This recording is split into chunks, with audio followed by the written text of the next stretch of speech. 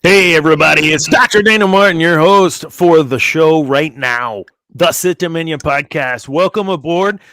All Sith all the time, kind of, mostly dark side, but we're going to go across our panel that we have most of the time in the last couple of months. Cam, Debbie, and Zane, how are you all doing this evening? Yes? All right. Never had a lot. Okay. I was kind of expecting a little excitement, but Debbie, we missed you last week. How are you doing? Yeah, but you had Kat on. I did. Yes, we did have Kat, and Kat was fantastic. I actually was going to try to ask her to come back on for this. We'd have 5 people, which would be awesome. I didn't. Maybe we'll bring her back next week. It'd be cool to have her back, and maybe DJ Elliott next week. I'll break that news if I hadn't already. I've told you guys. DJ Elliott, go Google that cat. Went to college with him. We're going to talk with him hopefully next week, if not the week after. He'll be coming back from South Africa's con that he's at right now. Cam. No, Debbie. So you were out last week, and yes, we had Kat. But how were you? How are you? What's going on in your world? Just moving along, avoiding people. Did you finish the Bad Batch? Didn't the last ones just release? Not till tomorrow morning. Tomorrow morning? Okay. Tomorrow morning's the finale. We'll talk about that here in a minute because Dana's finally almost caught up. Cam, how was your week, man? I was chilling, man. Played a lot of golf. That was pretty much all there was to it. Okay, dude. Like, we've talked about this on the side. Like, you're supposed to say, hey, dude, I really dig being on the show with you. You want to go golfing? Like, I'm just waiting. I'm just waiting. I'm game. I'm game. I'm telling you, man, I'm terrible, but I'm oh, dude, I am. All those balls doing all that whacking. I mean, that's essentially me. Like, I just whacking balls all day. That's it, just chasing them and drinking beer, of course. Zane, how was your week, man? You're not at your apartment, are you? Yeah, no. I don't know where I am. What's going on, man? I just kind of drove to a random house. He's at Expo, bro. Yeah, what you got? Some guitars back there? You got some? Those aren't yours. Oh, I know those guitars. They are definitely not mine. I know whose guitars those are. I've played one of those guitars and played alongside those guitars a couple times. Yeah. That would be John's guitars, I'm guessing. Yeah, sweet. John, Zane's stepdad, really cool dude, musician as well. We've played a few times, just hanging out. It's a good dude. Man, what a week. There's been a lot happen, at least on my side of the house. I've been extremely busy, work and whatnot, and playing with my Darth Vader car. If you know about it, if you don't know about it, it's a cool car, and it's my car, and I love it. It's like one of my absolute favorites. Oh, nice. Thanks, Cam. But after I got done, I went over to my uncle's. He's got a lift, put it up in the lift, right? Put in the exhaust. I was freaking stoked and drove it home, and I felt this little rattle, and he came out yesterday and messed with it a bit, and still it's there a little bit. So it sounds fantastic, but I've got a little rattle, and it kind of inspired me to do a little series. So if you go through TikTok, you'll see under the Sith Dominion podcast, I've got part 2 released today, and I think part 3 will release in a day or two, and then part 4 the rest of the week. So there's 4 parts to this little series, and it's just talking about comparing yourself to a vehicle and how you got to listen to your car, explain things to the mechanic so that they can help you get fixed. And the same way goes for you. But you need to seek out a professional sometimes when you don't understand maybe what's going on inside with the noises. And I'm not talking about the noises like the voices. That's a whole nother thing. And that is a lot of those, man. Oh yeah, and I got a total thing on that too. Of course, understand that the voices that you hear in your head are not you. The voices are telling you the subconscious, which actually doesn't have a voice. What? Okay, yeah, another time. We're going to talk about Star Wars now. So, I want to start off with dark side stuff. So give me a sec. I'm going to pop this up, and we are going to watch a trailer. Y'all see this trailer? Absolutely not. Nope. Are you going to make it, Debbie? Because you have an assassin behind you. Oh, my God. Oh my goodness. It's really being an asshole. What? Unbelievable. I had to spread some oil or something on top so when she jumps, she just slides right on by. I think she's just being a cat, just being a normal cat. Oh my goodness. All right. Well, she is a tortie and she does have an attitude. What is that? A tortie. A tortie? Yeah. Type of cat. Yeah, it's a type of cat. Oh, dude. It's like a calico. Oh, okay. Gotcha. I appreciate the sidebar there, except for I still take too long to share my screen. Y'all can keep talking. No, here we go. I got this. Is it? There we go. Oh, yeah. Oh, there it is. Oh, and by the way, last week we did get hit with a little something. It was minor. Boo. But for those of you playing along at home, Boo. yeah, the copyright. Well, it was only for certain countries and regions, so I'm actually a little depressed about it. I would have rather been like full on, like getting the Grand Poobah treatment. Like, you better stop that garbage. what did you guys watch? I forget. It was "Fix You" by Coldplay. Fix You by Coldplay, but it was to Star Wars' first 6 movies. Was it the Cinemax one? Oh yeah, that's 6. right. Okay. Yeah. Really not my song choice. Really not my song choice I would have chosen for that, but yeah, I think if we're gonna get like dinged for copyright, I would totally had that been something else. 100%. Put Metallica on there or something, I don't know. Ooh, Metallica. Moving along. Star Wars. So, Tales of the Empire. There's a new trailer out. So we're gonna watch. It's only 30 seconds, so we'll watch this real quick. And here we go. Where is the Jedi hiding? There is no Jedi. Prove yourselves worthy, and you may join us. Attack! Why do you seek Imperial favor? Revenge. Let's go. Tales of the Empire, available May 4th on Disney Plus. Dude.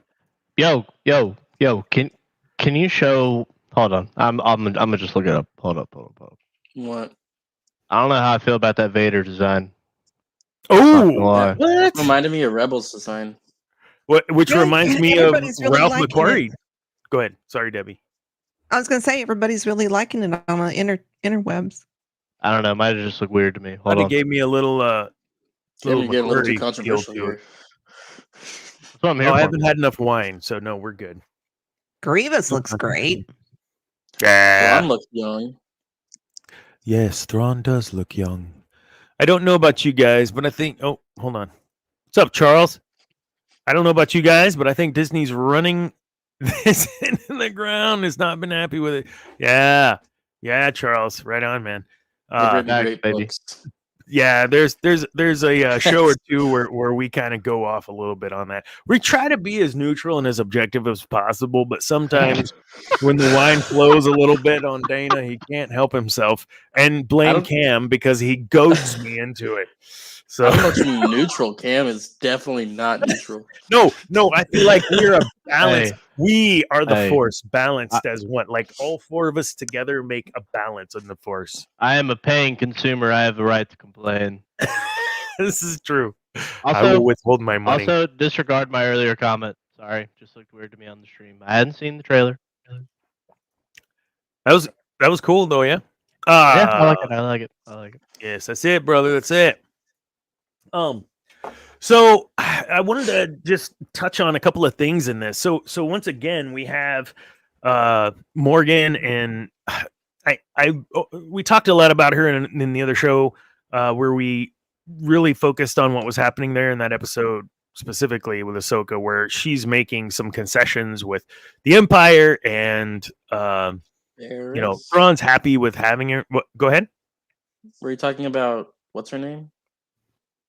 Do you Morgan? mean Barris or Morgan? Or you said Ahsoka? Yeah. Yeah. No, Ahsoka's hold not on. in this. Sorry. Tying, sorry, Thrawn. I swear this is my first glass. I swear. I don't think so. Now I've totally lost where I was going. So we'll just whatever. No, I'm excited about the show. I think there's a lot of potential there. We've got of course Thrawn, who's really made his name for himself in this newer generation. We knew of him from reading the books. Newer generation started reading the books, and now here we have him again, and Morgan making these deals. That's what I was going back to with Ahsoka, is that now we're getting a little more backstory in how all of that potentially transpired. Whew, man, it took me a while to get back there. But that's where I was going with that. No? Nobody? Okay. I think you're really honestly think you're giving them too much credit for trying to make it all make sense. Yeah. I feel like they're really backfilling. I think that's how I'm feeling, man. Like I'm they're just scared it's gonna go against what the books have already done. Is this Thrawn where we specifically. come back to where Cam says something like, if they do X, then the rule of two doesn't really exist and is no longer what was it that you were saying about that? If in the next movie with Rey, right? No. No, it's the acolyte. Like The all those, acolyte, that's right. Go like ahead. if this is a person with that who they assume is a Sith, right? And and they think she's a Sith or whatever, all the people that see her have to die, or they have to provide explanation as to why Jedi 75, 80 years later Sith have been dead for millennia, right? Right. Or they're not a Sith or whatever. I don't know. Your point, Yoda, living 900 years, would not have even seen them. And if he sees them, that's an issue. Yeah, and Kiadi Mundi, I think, was the one that said it. Didn't he say Yeah. it in Phantom Menace too? Yeah, Yeah. but he's a jerk. Oh my goodness. How do you But- really? He has two hearts. They have to cancel each like other him. out. What is it don't like about? What is it about him you don't like, Deb? Just an ass. Just Why? Just like Mace. Mace is an ass. Yeah. Amen. What? I love you, Sam Jackson, I love Samuel Jackson. I love him to death. I just don't care for Mace. He's an asshole. Man, I ran across one of those what ifs with Mace that he survived and became, started plotting his revenge. And dude, I beg for that. I mean, if you can bring Maul back, who was chopped in half, you can do something with that. Isn't Star Wars Theory doing something like that for his There was Vader a theory episode? that Snoke was Mace Windu. What? Ah, No way. There was theory. That I had not heard that. Not discounting Really? it. I just had not heard that. Well, there was I don't know if it was an article or TikTok or YouTube. I don't know where I seen it at, but there was an interview with Samuel Jackson. And he says he's ready to return as Mace because Mace is still alive. No, he wants that What? paycheck is what he wants. He wants that I paycheck. don't care. I'd like to see it. I would. At this point, I mean, they've already messed up Star Wars. Keep it going. Oh, come on. Let's see how much they can do. Are we going to go down that path again? No, not tonight. Let's keep it rolling. No, they did not screw it up. Positivity, baby. I would say they're in the process of, but there's still hope. And as a matter of fact, a new hope. And our new hope is Sam Whatever. Sam Whitwer. He is- Get that man his There's own no show. H's. They gave that man the silent treatment. They told him to stop talking bad about The Last Jedi. So Yeah, y'all know what I'm about to play. oh. Do it. Oh, yeah. Do it. Do it. Well, Something. maybe. Or not. Unmute that. All right, Yeah, here we maybe. go. We sharing screen, y'all. So I ran across this today, and nobody's saying anything in our little foursome chat in Messenger until I put this, and then everyone wants to have some sort of say. You're like, yep. Chat, does he know? Chat, does he know? Goat. He's the GOAT. All right. So, Debbie, give this man an introduction for those who may be watching or listening and they don't know who this is. Oh my God, this is Sam Witwer. He is the GOAT of Star Wars. He has had so many voiceover acting parts in Star Wars. He was Star Killer in Force Unleashed. Yeah, the Force Unleashed games and books and whatnot. And oh God, he disappeared again. Why does he always disappear? Why? It's Lucasfilm. But yeah, Sam Witwer. He knows Star Wars like it. I don't know if you guys ever watched oh shit, what was the name of that show? It was a YouTube show, I believe. And it was a trivia show. And he was on there quite a bit. And he knows his shit. Mm-hmm. Frontwards, backwards, upside down. Sam Witwer. There's a clip somewhere where he pretty much corrects Dave Filoni on something. And Filoni wanted Padme to meet Shmi. Yes. And he said she already met. Yeah, right? she already met him. Yeah. It's like, come on, Filoni. No, he wanted Anakin talking to Shmi's grave, saying, "I have a wife that I want you to meet," or something like that, I believe. JB, you're killing me. No, I love it. So yeah, he also voices Darth Maul in Rebels. And dude, that scene, amazing. So this is him. He's done Palpatine. He's done a lot of background characters that sometimes he doesn't get credit for, but yeah, he's all over Star Wars. And the new Battlestar Galactica from late 2000s. Oh my God, he was amazing in that. So, really? You didn't? Have you not seen the new BSG? And no, because I can't find the whole series anywhere. Okay, well, I have it on Blu-ray, so just come over, snag it. It's a time zone, but you know, I'm gonna fly down to Texas or wherever the hell you are. I actually they had it on sale at a Hastings going out of business. The Hastings here, Cam, that was in that HEB on Villa Maria parking lot over there. Yeah. Yeah. So they were going out of business and they had this like box set, brand new, $30. I was like, I love this. Yes, thank you. So I got to show Charla freaking Battlestar Galactica, the new one with our girl Katie Sackhoff. Oh my God. Katie Sackhoff as Starbuck. Edward James Olmos as I can't remember his name now. Commander Adama. It was really good. Really good. But that's not what this show is about. So sorry. I digress. He was in this show and he was amazing. Here we go. But I can't push play there, Ken. How about here? But then I was like, but let's make it canon. Well, I mumbled little pieces of the Sith code. Yeah. Because I knew that if it made it into the episode, then it was canon. Oh my so goodness. like, I made the Sith code canon, yes! There was a line in Mortis where one of the characters on the dark side, well, the son actually says, the chains are these, he refers to chains in the Mortis thing. Yes. And in the Sith code, there's this whole thing, through victory, my chains are broken. If I'm getting that right, I might remember. You're getting it right, something brother. about my chains are broken. Yes. I mumbled pieces of that code. Amazing. Dave and I are not convinced there is a Sith code. Right. Bullshit. But then I was like, but let's make it canon. Well, I mumbled little pieces of the Sith code. There you go. He did play the son. He did play the son as well. Yes, that's right. That's right. He was the son. So there you have it. The point and purpose of this show is to look at things from the dark side, Sith Dominion. We've done a whole series on the Sith code.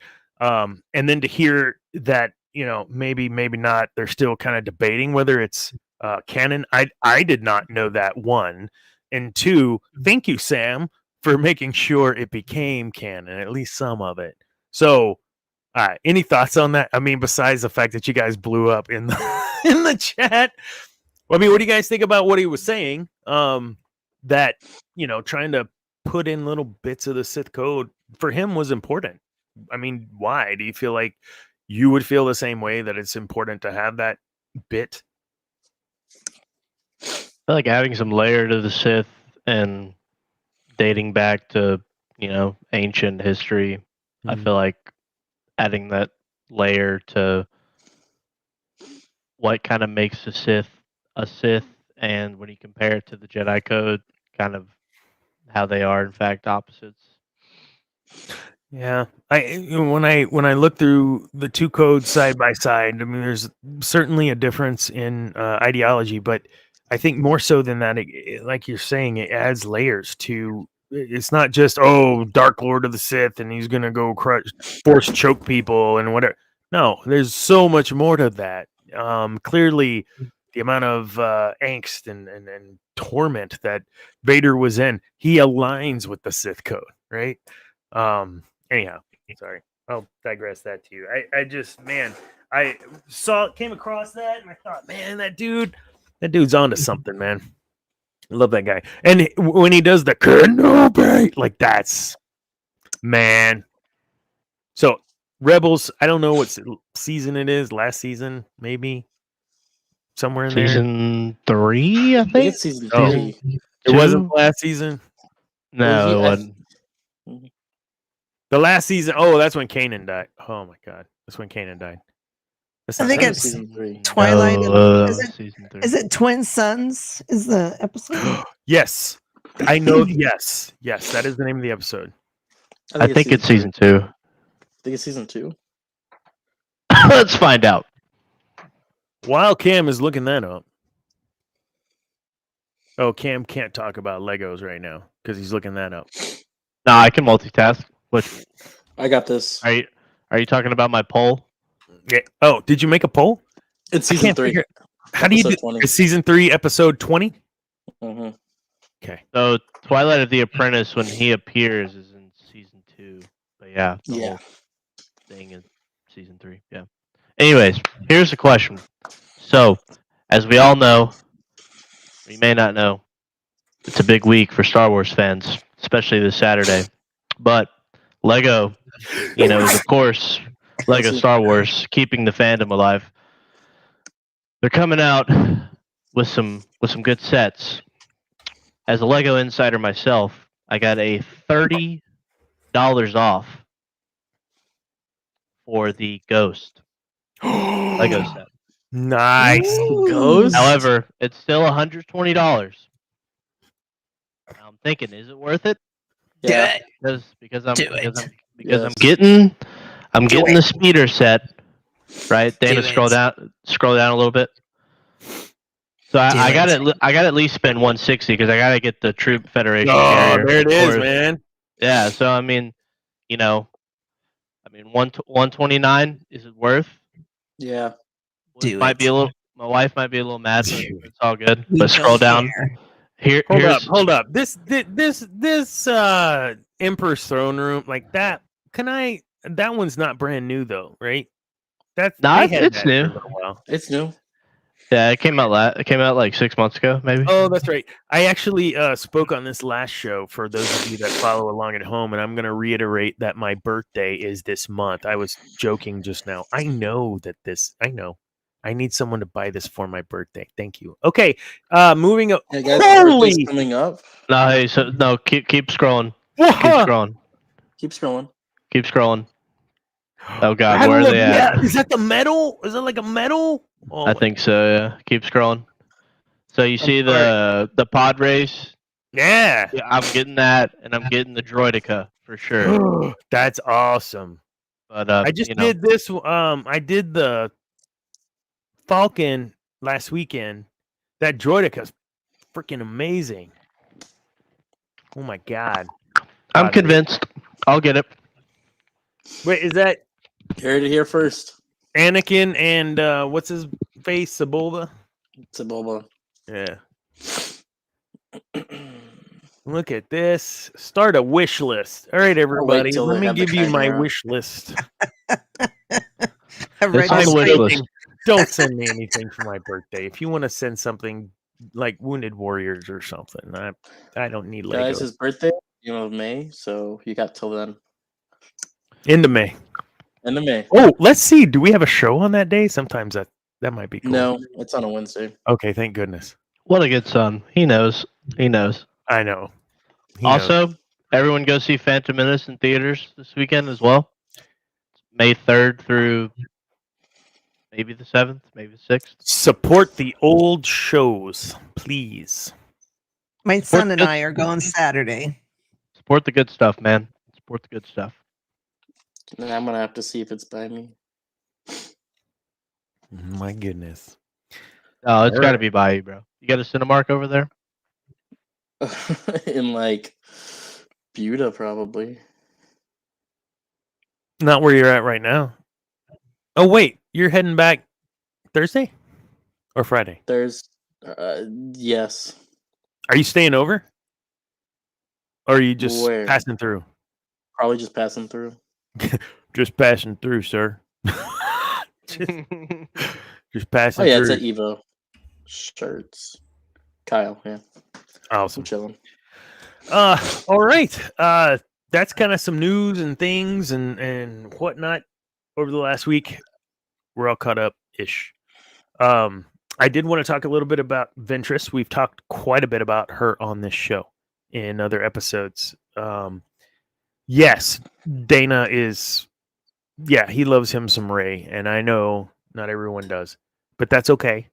I think more so than that, I'm beginning to just fall in love with Ventress. Everything about Ventress, from getting pulled as a Night Sister kid or whatever, like being trained as a Jedi and then not being apprenticed to freaking Dooku, being hired to go kill Dooku, like and then bounty hunt. There's so much richness, as Cam likes to point out too, like developing the stories of these people. And I really am excited finally getting through episode whatever of the Bad Batch this final season. I'm about 3 or 4 episodes behind still, but I did watch that episode today with her, and I wanted to chat about her a little bit more. Before we get into the rule of 2, because I think it plays into what my thought process is. My question to you all is, if there is a rule of 2, which we'll talk more about later in this episode today, if there is a rule of 2, how or why did Ventress exist? Was she a Sith? And if apprenticed to Dooku, and Dooku apprenticed to Palpatine, does that make sense according to Bane's rule of 2?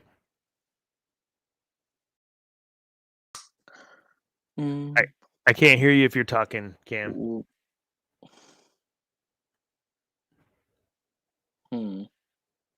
I know, right? So this is my quandary, right? I get the Inquisitors, right? They're a group of dark side trained Sith Inquisitors, but they're not. But Ventress is to Count Dooku as Star Killer was to Darth Vader. I mean, if you want to talk logistically. So does it break the rule of 2? It depends, I think, on what you see the rule of 2 as. You could say that they're preparing a Sith apprentice for when they take over, or you could say, they are just someone helping. I mean, so she's I never have not stated read to be that Sith. book. You've read the book, the Bane book, where it goes to that. You've read it, Debbie. I don't know, Cam, have you read it? The Bane book? I can't hear you. No? Okay. Path of Destruction. Path of Destruction. There you go. So I have to yield, because I haven't read it, and I've always had a problem with the rule of 2. I've always known of the rule of 2, but when they stated in Phantom Menace, always there are 2, no more, no less, which reminded me of Friday, if you've seen that. Not 10:02, not 9:50, 10 o'clock on the dot. I want my money, Smokey. I feel like it's like that. Like there can't, I don't know. Is there a gray room? Is there wiggle room for these things to exist? And if so, then why do we even have the freaking rule of 2? It never made sense to me, because if there's only 2, no more, no less, it's like, how is that balanced? Because there's 6,000 Jedi. Yeah. But So how is that a balance of the Force if there's only two? That never made sense to me. the Sith weren't trying to be balanced. It was the only logical way that Bane could see there being Sith. Because, I mean, in his order, before he killed everyone, everyone was killing each other. It was all infighting.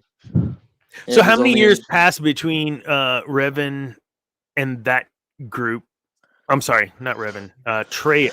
Treya was after Revan, Treya. right? Yeah. Yeah. Treya and that the triumvirate and Bane. Do we know how much time passed in between that? Because No. I feel like, at least in my mind, and I haven't read a couple of those books, that you have this huge grand, Sith going crazy, all the Sith are everywhere, and then there's this narrowing down into what we have with Darth Treya and Nihilus and Scion. So you have those three Sith all together. Now we're no longer a big group of crazy nutso Sith. We have just three. So then my question, what is that time frame? Do we see more occur that causes Bane and enlighten us why we go to that? I'm looking. You looking that up for the time frame? I know it's a hard one. So around that's what I thought. Okay, so there's about 300 years between the Revan book and the Old Republic Deceived, which is kind of where SWTOR starts with Malgus taking over the temple. Malgus, right? Okay. And so if we assume KOTOR takes place kind of right after the games, you're still looking at around 300 years plus. And that happened around, it says, 3900 BBY, while Bane takes place around 1003, 1000 BBY. So you're talking 2000 years plus a couple hundred in between. Maybe let's make it 1200 years in between. So when Yoda comes into the fold, he's already past the time of Rule of Two. Especially that we know that at whatever Grogu is, 50 years old or whatever, like he's still a baby. So there's no way he would have, even if he was around, wouldn't have been cognizant of what the hell was going on with the Sith at that time, right? I want to know how they know about the Rule of Two. Oh, that's a good point. Think about it. They stated, how would they know that? In Phantom Menace, always two there are. How would they know that? I thought didn't the Jedi take pseudo credit for Bane dying or something, and they had didn't they, or did they not? Do you know? No. What ended up happening is Bane went into hiding, so they thought all the Sith ended up dying. Oh. And so he ended up, he died because he forced Xana's hand. Xana, whatever her name was. Xana, yeah. Because she was just going to wait till he was old. We talked about that too a little bit in a previous show. Those of you watching, the Rule of Two is I've always found it interesting because I think I like the intent, but I just don't think it's practical. I don't think it's practical, and I don't think it was followed. Maybe by Bane initially, maybe, but even he had more people than Xana as his. God, were those other? Yeah, we talked about it in the show. It's been a while, but it's never really set right with me because we had even during the time of grooming Anakin, he had Palpatine, had Maul, Palpatine had Dooku. Did he have anyone between Dooku and Anakin? No, that was all in the same movie. I know it was all in the same movie, but the time frame of that movie is not a week. So I've always been curious about what that power vacuum meant or what that was like. I think it was probably mostly just giving whatever left to Grievous to go and finish. Wreak havoc. Y'all think Palpatine knew Grievous was going to get his ass whooped by someone at some point, right? Maybe. Foreseen it. He had foreseen it. Everything is occurring as I have foreseen. Yeah. Freaking God. Now, so when I look at Inquisitors and all these other dark side users that have the word Sith attached to them, whether that's Sith acolyte, Sith assassin, do you think maybe we Shiza? Do you think maybe we are? Hold on one second, guys. One Mississippi. No, more than that. A little more than 1 second. Oh my God. There was literally like 2 people actually watching when this went off. It like went off. Okay, we're back. Mm-hmm. Where was I? Oh. No. You were talking about Sith Inquisitors, Sith acolyte. Yeah, all these different Sith. Do you think they're just trying to open the floodgates for just calling shit Sith? Or do you think there's something to the I report to the Sith and therefore by default I am quote unquote Sith, but I'm not like a Sith Lord? Tell me but I'm aren't wrong. they just considered dark force users?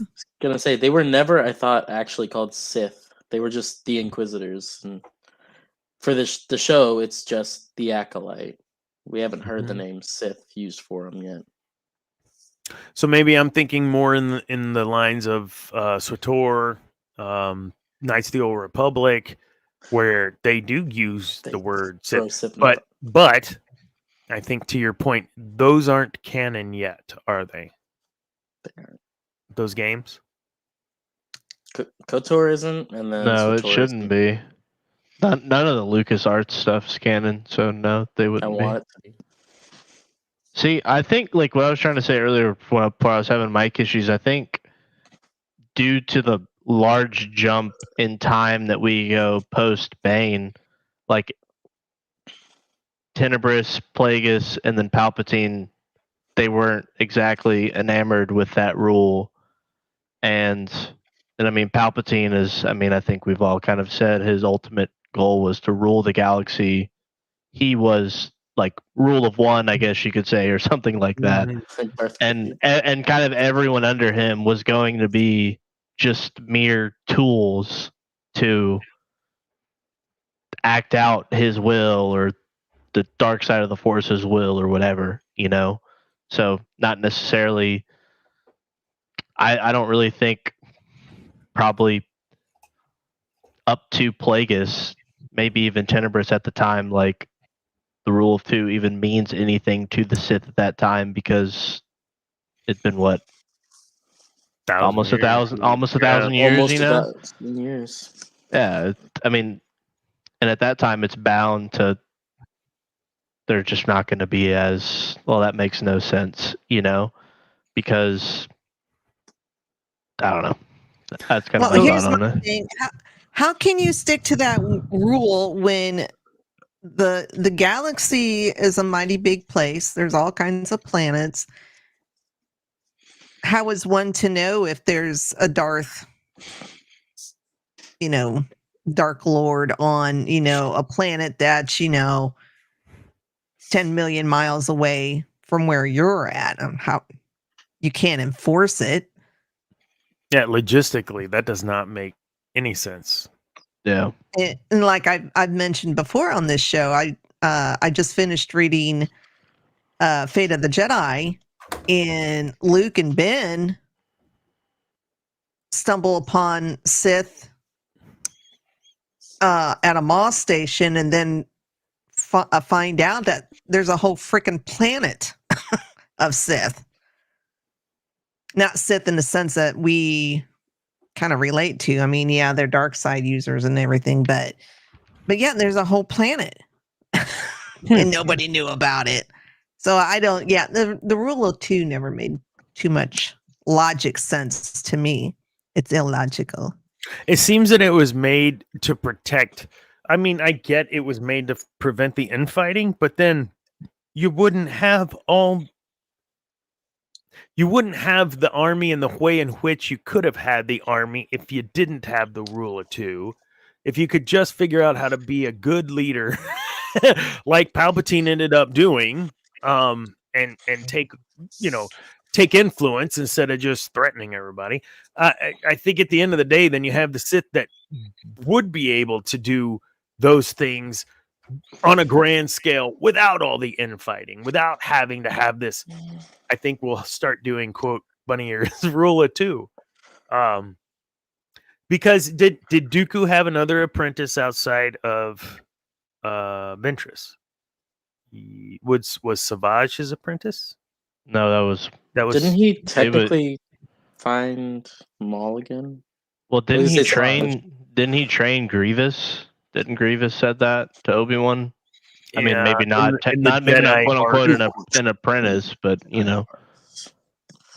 But I found out how the Jedi learned about the rule of two. Apparently, there was a dark Jedi named, I'm going to butcher this name, Kib Jean, and he told the Jedi about the rule of two after they defeated him, but they didn't really take it serious, essentially. So that was kind of how they found out about the rule of two.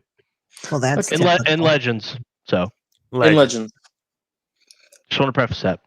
So in Legends, so canonically we don't know how they found out yet. I guess that sucks. Yeah.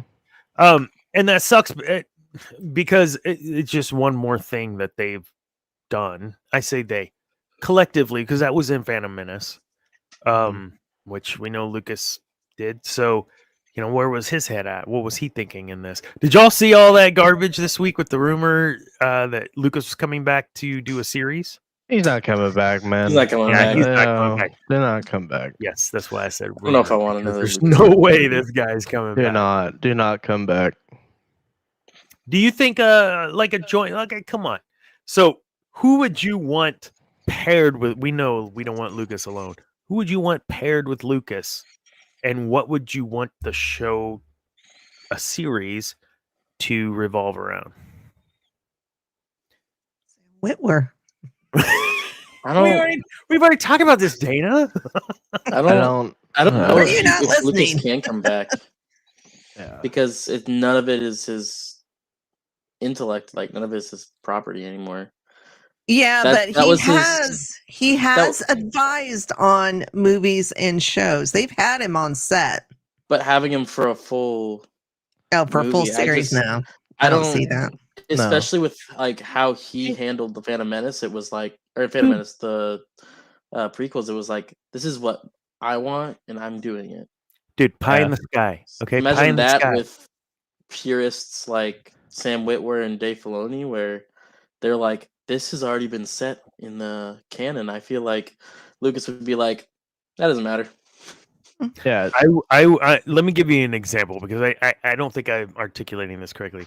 I would love to have Sam paired with Lucas and them do a show on a series, a limited series, not over and over again, a limited series, those two on the Darth Vader in between Empire and Return of the Jedi. Because a lot happened internally in Darth Vader between Empire and Return of the Jedi.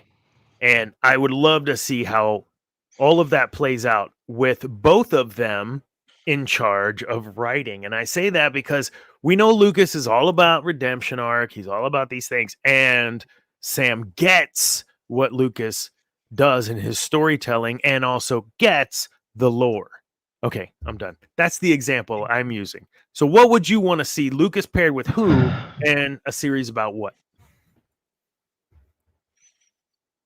Are y'all done with Lucas? I'm not done with Lucas. He's just not going to be able to do anything that he wants to do. Exactly. That's the same thing.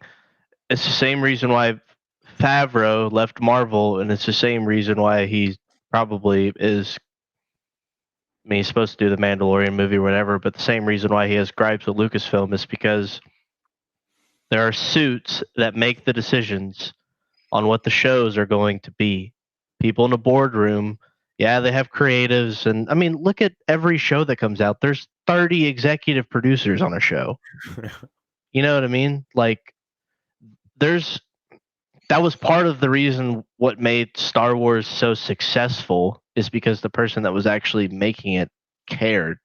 I've said it 1,000. The people that run this thing don't care. It's a money grab. They have set things that they are supposed to do. It's throughout Hollywood everywhere. They have set things they're supposed to do. And I mean, when he sold it, he lost any creative direction and vision that he could want to do. Bringing him back is not. He's still gonna have to get the green stamp with the little check mark. All right, that's good. Oh no, we don't like this. Sorry, no, sorry. There's not X amount of things we want in this show. Like, that's what's going to happen if he comes back. That's why there's nothing that I really want to see, because none of his creative vision they're going to really let him do.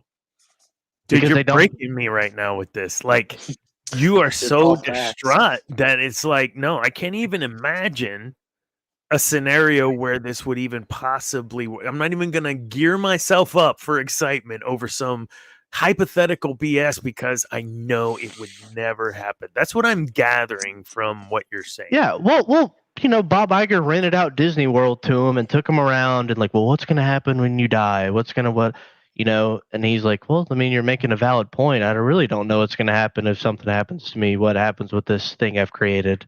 And well, sell it to me. We'll continue your legacy. We'll do this. Oh, here are your screen rights for 7, 8, and 9. Oh yeah, we're gonna do it. Oh, you can totally, have a say in what we do and blah blah blah. And then once the ink is signed, it's how every business decision goes.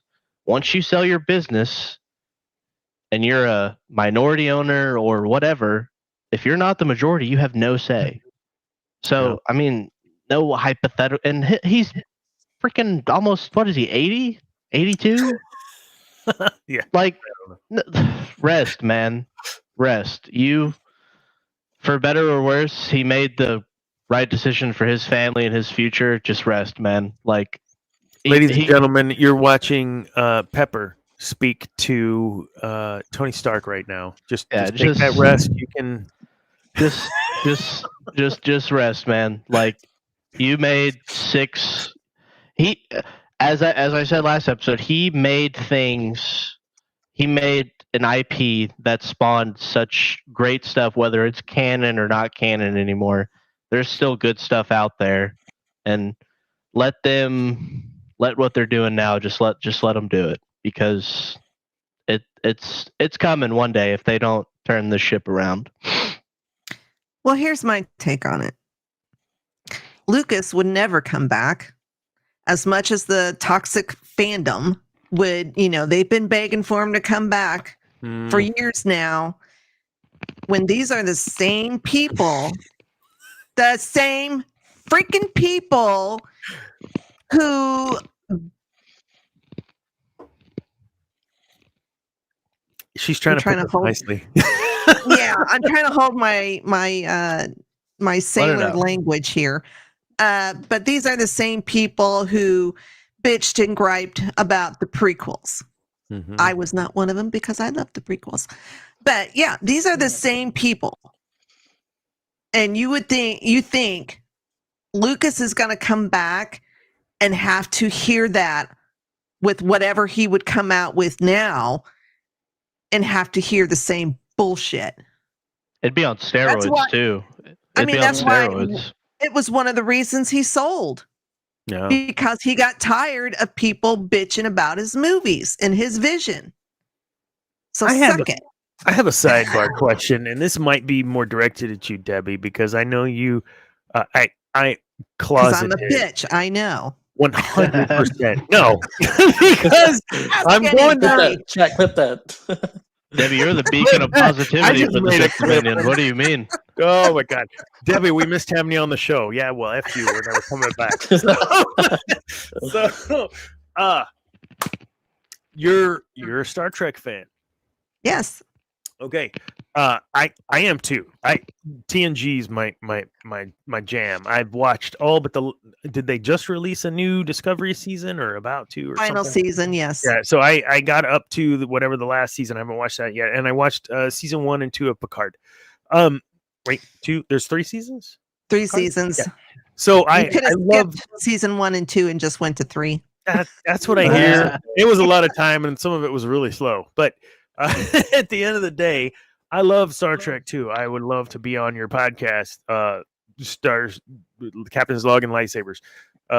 So my question to you: I am not as well versed in that fandom. I'm well versed in Star Wars fandom. I love Star Trek. In many ways for many different things.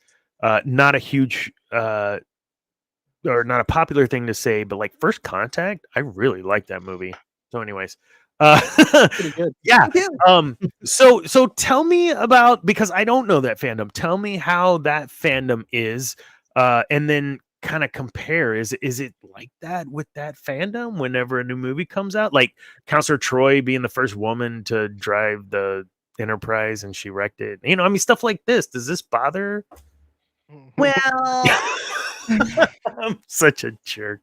the Trek fandom has kind of gone in the way of the Star Wars fandom. For the most part, pretty much everybody likes all the series, TOS, TNG.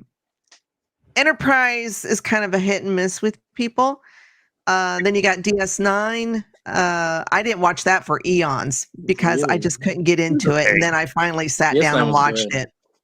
But Discovery has gotten a lot of hate. I mean, there's people who love it. I did not like the first few seasons. This season I like. Last season wasn't too bad. Strange New Worlds I love, except for last season they had a musical episode that I hate it. I saw that. Yeah. I don't like it when series do that. I don't like it. It's like jumping the shark, if you guys know that meaning. But, hey. Yeah. Yeah, we're the only two that know that. Yeah, I mean, people hate on Alex Kurtzman, and there's another guy who's, head of doing Star Trek now, and they get a lot of hate. So yeah, it's the same thing, but they're not the original. Roddenberry, Gene did all the other ones. Mm-hmm. So Alex Kurtzman gets a lot of hate, which can't say I really disagree. But yeah. And then you got a couple of the animated series. You got Lower Decks, which is a fan favorite. There's Prodigy, which I never did get around to watching, which is a Janeway. She was the captain of Voyager, right? Yes. Yeah. But yeah, for me, I look at it like I do Star Wars. I love it. There's just some I love more than others. Yeah. There might be one or two I don't really like. So the fandom's comparable, or would you say one was more kind of venomous than the other, or no? They're just Star Wars is way more toxic in my opinion. Yeah. Way more toxic. I'd say as a whole, like just any fandom. Like I've been delving into the Lord of the Rings fandom, and I mean, it's with social media now, it's going to be difficult to escape the toxicity, just because everyone has access to post and comment, right? And ratio. Keyboard warriors that say whatever they want because nobody, you're saying nobody can see you. Yeah, anonymity. Yeah, and sometimes it's not a few bad apples. It's just like sometimes the bad apples are really vocalized. I won't disagree that the Star Wars fandom's probably the most toxic one out there, but I would attribute that a lot to The Last Jedi, because that movie as a whole, I felt like, is what split the fandom, because it was almost a spit in the face for being a fan of the characters that y'all saw in theaters, and then that my stepdad showed me, that I grew up loving, and then it was just, that's where I feel like the divide came. And then with Twitter and then the pandemic and everyone's on all the time, it's just like, now we're going to have, time to sink our teeth into this. And I feel like also the rise of YouTube critics and those type of things too. I mean, it's just social media as a whole is just a cesspool of toxicity. I don't think if you go onto any site looking for something positive, it's going to be tough to find, Yeah. There's a few YouTube shows that I like to watch, and a few TikTokers that I like, because they're positive. They're talking about. Fuck are you pointing at? The system minion at the top. The system minion at the top. Although I have it right here. Are you raising your hand to talk, or what are you doing? No, I'm like being the picture in the book to your. Well, it depends on what we're talking about. The show. You watch a show on YouTube, and I'm like, it's this one here. This is the show you watch on YouTube. Sorry, I'll shut up. but like, I mean, it's tough, because on the one hand, I have the opinion of I'm a paying customer, and if I think it's terrible, then I have the right to voice my opinion. But there's just there's an invisible, impossible line for people to come with that. What is critiquing and what is harassment, sexism, racism, bashing. those Bashing, just bashing. Yeah, just Clickbait. hate bashing. So I mean, it is what it is. Okay, I feel like I'm getting wound up, and I don't want to be. I did that for you. You were starting to get me wound up because you're calling me out on my pointing. No, because you guys are right. Like at the end of the day, Cam, you're right. We're paying customers. We have a right to pay and not to pay. We have a right to pay and then complain if we want, or give praise. Either or. It's a free freaking country, and that's why we live here, and that's why we have the movies we have, right? So so when it comes to fandom, the reason that some of us get so fucking so pissed off is because we have ourselves invested in these characters and what happens to them. Yeah, right or wrong, I don't care. It is what happens when you have good writing. Whatever you want to say about Twilight, I don't care. It was really well written, and it had a load of fans, okay? Because it was well written. It was good. I didn't watch it until 4 years ago or so. I was like, this is terrible for me, but it's good. I can respect what they did. Don't destroy me on this stupid platform. The books were better. I was forced to watch all of them. They are good. I'm just trying to be honest. Don't watch. Twilight's phenomenal. Phenomenal. I'm not a sparkly guy, but I definitely a vampire dude. So whatever. I get it, right? There's gonna be some things that we can associate with in these characters that we were growing up on, and now they've changed it. Now, hold on a second. Who read Lord of the Rings, all the shits? Who's read them all? I'm in the midst. Okay, I am not going to raise my hand. I haven't read a lick. Oh, wait. There once was this hole, and in the hole was a hobbit. Whatever. That first paragraph of The Hobbit, I read that, and I was at the library, and I put that shit right back when I was a kid. I was like, there's no pictures. I'm out.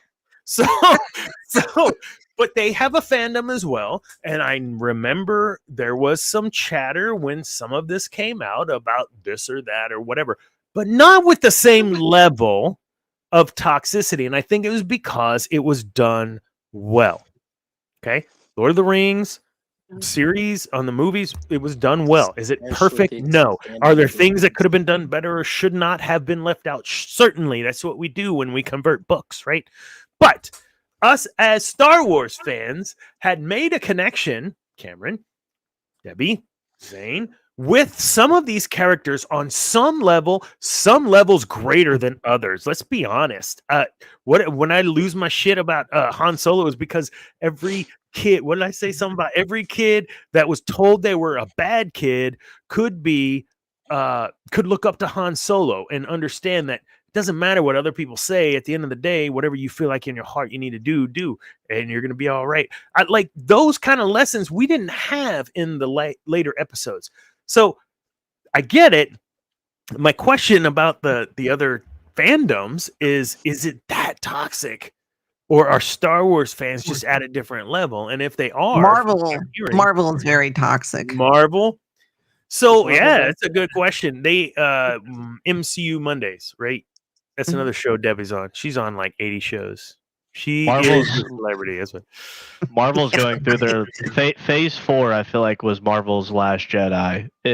I feel like it just splintered. What was in phase 4? All those series we got, like Echo and all this. Is that all in phase 4? Good Spider-Man movies. Phase 5, I think. Oh.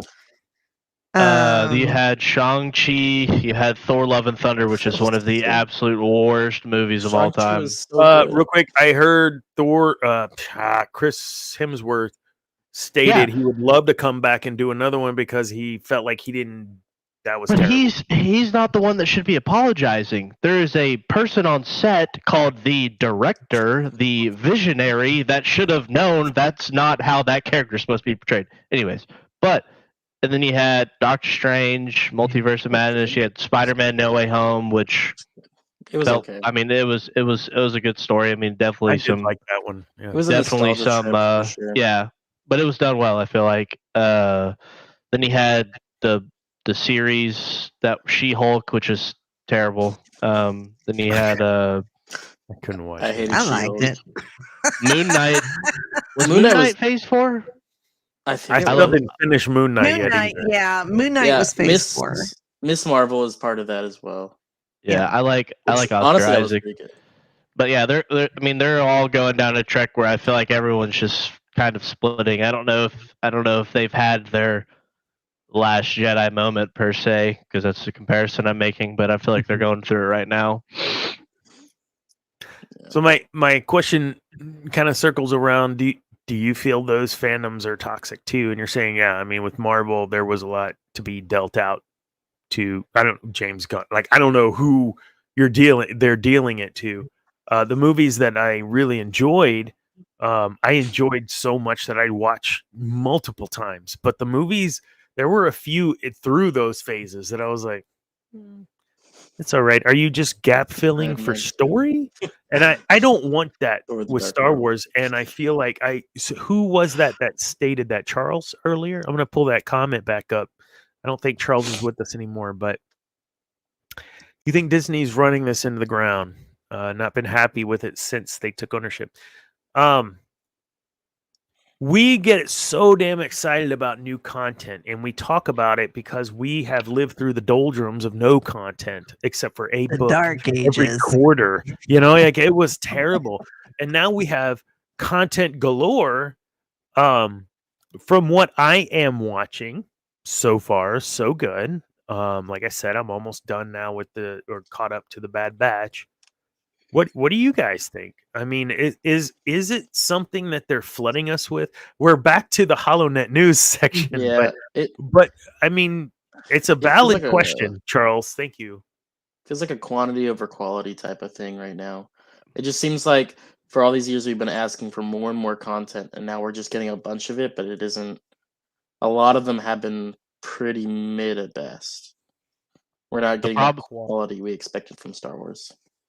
The problem is the mothership. That's what the problem is, and I mean they took a gamble on Disney Plus. They took a gamble on other things that I don't feel like we should need to get into, and they are losing, and that is evident in the stock price.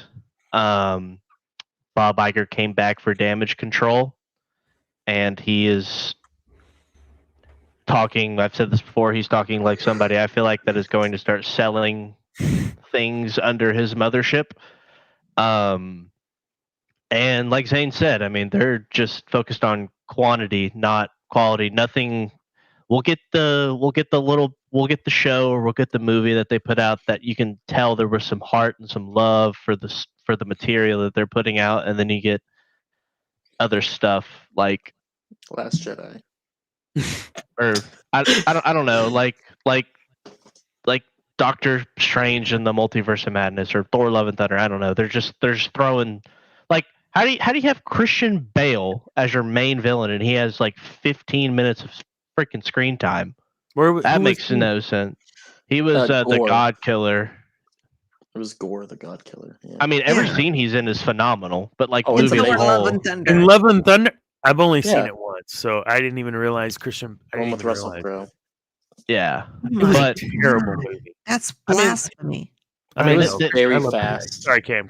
Go. yeah, I mean, they took a gamble and they lost. Disney Plus is one of the worst things to ever happen to the mothership. And as a whole, I mean, it's just so expensive to go to a movie theater now. Yeah. And if you've put out some misses, and it's going to cost a family of 3 or 4 to $100 to go to the theaters after tickets and snacks. I mean, and people are already living paycheck to paycheck and everything else going on in the world. Like, and it's going to come out on your streaming service in 3 months that you already pay $6.99 or $70 a year for. Like, I'll just wait. Like, there's nothing. But people want to see good stuff. People want to watch good stuff on the streaming service. Fallout, Dune, Top Gun Maverick, Oppenheimer, Barbie. I mean, people want to consume good stuff, but just put out good stuff. And no multiverse. They need to quit with the live action. You know, For now, now they're coming save out it for with the movies. Mufasa. Come on. Yeah. No, Oh, no. I saw something. I thought that was a joke. I was scrolling through Lin-Manuel. Facebook. There was something. I was like, whatever. And I kept scrolling. Is that a thing? Yeah, Yeah. that's the thing. Oh my Mhm. goodness. I mean, you know, they're doing all these live actions of the classics, and it's like, leave them alone. Just leave them alone. Come up with new shit. I mean, come on. Where's the creativity? And this is for all of Hollywood. I was scrolling through AMC theaters for because I wanted to see what time Phantom Menace started Saturday. And there's like, oh my God, 4. Let's see, Phantom Menace. And then they've got, hold on. The Mummy 25th anniversary. I believe they're coming out with Aliens anniversary Oh, yeah. re-release. Right. I saw that. Yeah. The Spider-Mans are just- re-releasing. Right. So it's like, I mean, I'm not bitching, but you know, those I don't mind going to see because they're good movies. But it's just like they just can't come up with anything original. It seems. Give AI a chance. Let's give AI a chance. I mean, at this point, like we're running out of stuff. Let that old computer make something up. Listen, look, I tell that girl in the box, like anytime I ask her for something, I say her name again and tell her thank you, just in case. You know, they take over. They know Dana was a good one, so I'll be safe. Well, the and there's thing a whole, is that there are millions of books out there that have not been touched. Why doesn't Hollywood read and maybe adapt some of these books, or take movies that were adapted and sucked because, you know, they did it wrong? Redo those movies. Don't Debbie, do they can only do Fantastic Four 8 times. I mean, come on. How many times but do you this want time- them to do it? This time. Pedro Pascal is Mr. Fantastic. Are you serious, man? You should have had freaking John John Krasinski or whatever his name is. He should. I loved him as like standing up as one of the what not the Watchers, Illuminati. Illuminati. Yes, that's it. as those guys. I like Pedro, but I mean, come on, man. Like, Yeah. I'll have to wait and see it. I hope I'm wrong, but I don't see it. Yeah, I love Pedro. I thought it was an odd choice, but I'm gonna Every not other say casting anything until I actually see it. Every other casting I feel like is good. The dude from Stranger Things as Johnny, I'm game to see Joseph that. Quinn. Wait, what dude? Who? Joseph Quinn. Joseph He plays Quinn. Eddie in Stranger Things. Eddie? Yeah. I'm down. You know, like, with "Ooh." that. Oh, that guy. Yeah. Zane, have you seen Stranger Things, bro? Yeah. Okay. No, I had. We gotta ask was- if Zane's seen something, It man. took a Like, while. I was one of those people that was like, "Oh, I haven't seen Stranger Things. I'm so cool." And then I watched it, and I was like, "I looked like a dumbass." yeah. Those kids are gonna be like 30 when the final season comes out. Jay, hey, you guys, DM me and I'll shoot you those coordinates. You'll see what's really going on. All right. It's all about conditioning. So, we are at the 1 hour and 10 mark, and we have like 2 or 3 things to talk about. I don't want to like have this too late because we've been going like 2 hours, and Debbie wants to leave us right away. Yeah, I'm ready to pop you're off. about to, well, and you're about to leave, right? I know that you were saying before the show you had told me you need to leave. So if you need to bounce, just it's okay, bounce. So we'll tell you. Bounce with me, whip me. No. So yeah, Debbie, when you do leave, thank you. This has been fantastic. I will see you guys later.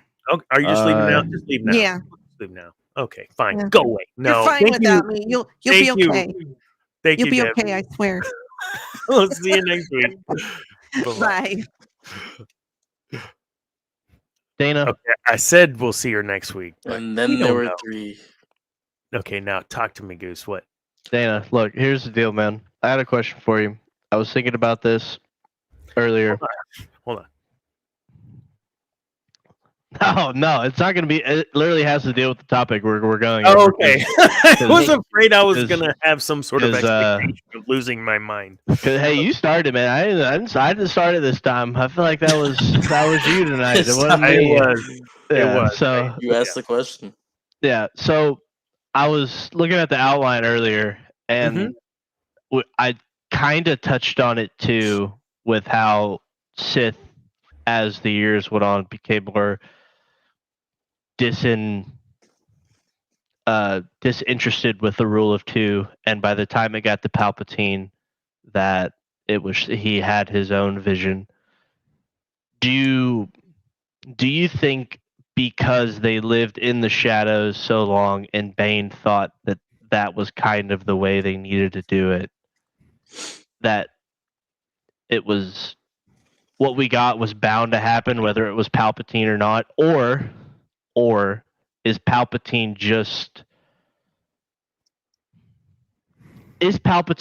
a figure, like is he Star Wars Thanos, right? Like inevitably he was going to happen. Like there was no chance for him to be a beacon of, like, he was created to be this final entity for like the Sith. Like he is the culmination of what, from the way I've interpreted the rule of 2 and what I've read throughout the day today, I feel like Palpatine was at the cusp of what Bane was trying to do. You had the master, and then you had the apprentice, and once the apprentice got to the point where he would need to take the next step to kill his master and become the master, because I feel like Bane's goal was the Sith masters were each one was going to be better, which is why there could only be 2, right? Because previously you had multiple, and what was it, the Brotherhood, right, that he didn't like, and all that stuff, Sith Brotherhood. Mm-hmm. So like, in short, like, obviously they became disinterested with it, but what is Palpatine not the culmination of what Bane was trying to achieve for the Sith is my question. I love that question. Give me one moment. Okay. That's a great question you asked there. All right. What's up, Zane? Oh, he's back. He's back. Right, right, he just dipped on me like that. Like, come on, man. Oh, he's taking a sip. Lock in. Gotta get that pinky out. Lock in. I have nothing left. 19 Crimes. Really good stuff. Okay. Yes. Darth Sidious would not have been Darth Sidious were it not for the rule of two. When you have Bane's thought process, like you stated, and I'm in agreement, it's each master encompasses previous master and then some, right? That's the legacy that, from a leadership perspective, and everything that I do as a leadership coach, as a personal growth coach, everything is really focused on, I am this kind of guy, but I need the person I'm working with to be this kind of person. And if I stay at this kind of person, that's fine. But my legacy is that each person beyond me continues to grow and be bigger and better than I was. Every person I come into contact with is bigger and better than I am. And I truly believe that was the long game that Bane was playing. And I do not believe, I think in today's time, without going crazy political stuff, there is a lot out there on things like communism, socialism, where there is a long game in play to move the US of A into a more socialistic and or communistic ideology. We're not talking about whether that's right or wrong or whatever. It's a long game, right? Yeah. That was Bane, from my perspective. Bane was, I may not be the guy. I'd love to be the guy. Mhm. I don't know if I'm going to be the guy, but someone, because of what I'm instituting, will become the guy, bigger and grander and better than I ever could have imagined. See, understand that Palpatine, I know you get this, Palpatine had the entire galaxy under his thumb. There were minimal uprisings. It wasn't like the way in which he came in. This is why even my ex-employees, if any of you ever listen to this or watch this, you will be like, yep, that was Dana. It is no, I will bring an ex-employee from like 10 years ago on this show, and they will tell you Dana was the emperor. Like, this is what I did. I followed what he did, not just manipulating people. That was not what Palpatine did. He influenced them. But he gained all that experience, Cam. Thank you for bringing this up, through the rule of two. The rule of two means you only have you and whoever's above you as the apprentice. And we're looking at Palpatine specifically. So as the apprentice, he's like, okay, I have the world at my feet with the one exception, my boss. And my boss has given me an autonomy. Like, here's the framework. This is what we want to do. But you have the autonomy to accomplish those things however you see fit. That was Plagueis's mistake. He should have provided him a more stringent framework. And I know this because I'm a people leader. well, wasn't Plagueis' thing that he and Palpatine, like, he wanted him and Palpatine to rule forever, which was kind of I thought Plagueis' idea. And it's even a question I have now.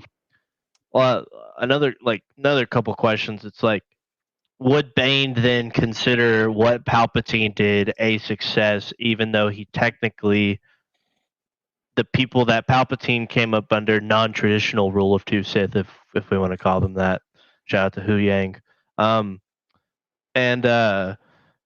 Would Bane still consider what Palpatine did a success? Because I would consider it, yes, because the Jedi were no more, or at their least hanging on for dear life. And two, what was then Palpatine's plan with Anakin, assuming Anakin doesn't, like, how is Anakin not burning on Mustafar? If Anakin wins, how does that play into Palpatine's grand plan of ruling forever? Because eventually, Anakin is going. If Anakin reaches his potential, He's killing Palpatine. he's killing Palpatine.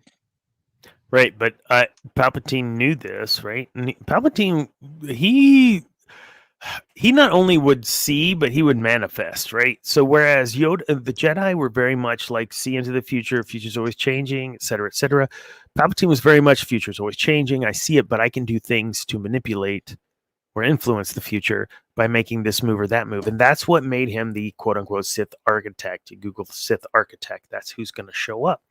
So to your question, I don't know that he would consider it a success by the rule of two, because we've talked about it in the Soul Palpatine episode. He was very loose and fast with the rule of two.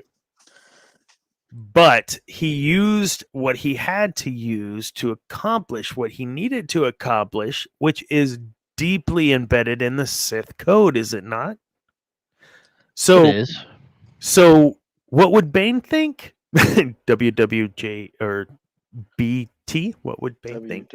He would. I don't know. I can't speak for him, but I would think he would be like, "Really, dude? That's not how we should have done it." But good job getting to where you were gonna go. Because I think Palpatine was jumpy. I think Plagueis. I haven't read the book. I've only seen Cliff Note type stuff. I know. Don't look at me like that, Zane. Please, for Pete's sake. I've listened to like half of the audiobook through clips on YouTube. I can't imagine. I just feel like he was premature.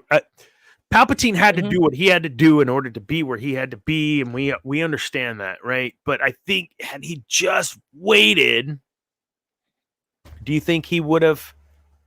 Well, but if he would have waited, things would not have transpired the way they did. He knew he had to do what he had to do. He had to do it. If he didn't, this is where the future. Oh, sorry, go ahead, Zane. Oh, I was gonna say, if he didn't take that option, he would have never had the chance. Maybe someone in the future, but not him. So we're meant to talk about this stuff in the next show, but we can keep on this subject because there's plenty more in the Rey saga to talk about Sith and what is and is not Sith. Don't look at me laugh. There was Sith in the. Hold on. I saw one Sith. Okay, continue. So, and we'll talk about how Tarkin was probably Snoke, but you don't want to hear about that. Oh, Jesus. So, no. he totally Palpatine, dude. So somehow Palpatine returned, right? We'll talk about that Sith and longevity, and I mean that was his goal, right, Cam? I mean, regardless of how they presented it. Hey, if Debbie watches this back or is listening right now, whatever she's doing, Debbie, your opinion has grown after further research and reading Dark Empire and all this. I understand it was his long-term goal. I still don't like it how it was portrayed, but I can vibe with that was his plan. You cannot tell me that it was a surprise to Palpatine when he drew the Force off of them and his hands began to magically start coming back together like he was a young person, like it was the freaking Dark Crystal. Okay, we know where you stole that shit from, Luke. Like not Lucasfilm. Like you guys totally stole that shit. 1, 2. Really, he wouldn't have known that. I can't imagine. He knows about the dyad. He knows. Oh my God, you guys are pissing me off. He knows about all this shit. So you're telling me he's like, oh, I'm all surprised. Bullshit. He wasn't surprised. He knew what he was doing. And again, to your point, they don't know what they're doing over there. They don't know what they're doing. That's not like he would have known that already. He was an aficionado in the ancient arts of holocrons, of Sith holocrons. Like he had control of the goddamn freaking Jedi archives. He knew everything that there could potentially be known at that time, minus anything he was still searching for. So you can't tell me he was all surprised that his hands got all younger when he was able to draw the Force off of Rey and Ben. Whew. Sorry. Uh-oh. Nah, I'm finding something. I saw okay, a I feel quote. like I just I upset think you we're guys. getting a little too close into the sequels now. We are. That's Yeah. for next week. And I just pissed Back me it up, off. back it up, back it up. See, I have a. I can't. Oh, I saw this hideous quote, and it was something where. Oh. Anyways, no bashing. I'm asking another question, kind of based off the outline, but in my own pondering with how the Force works.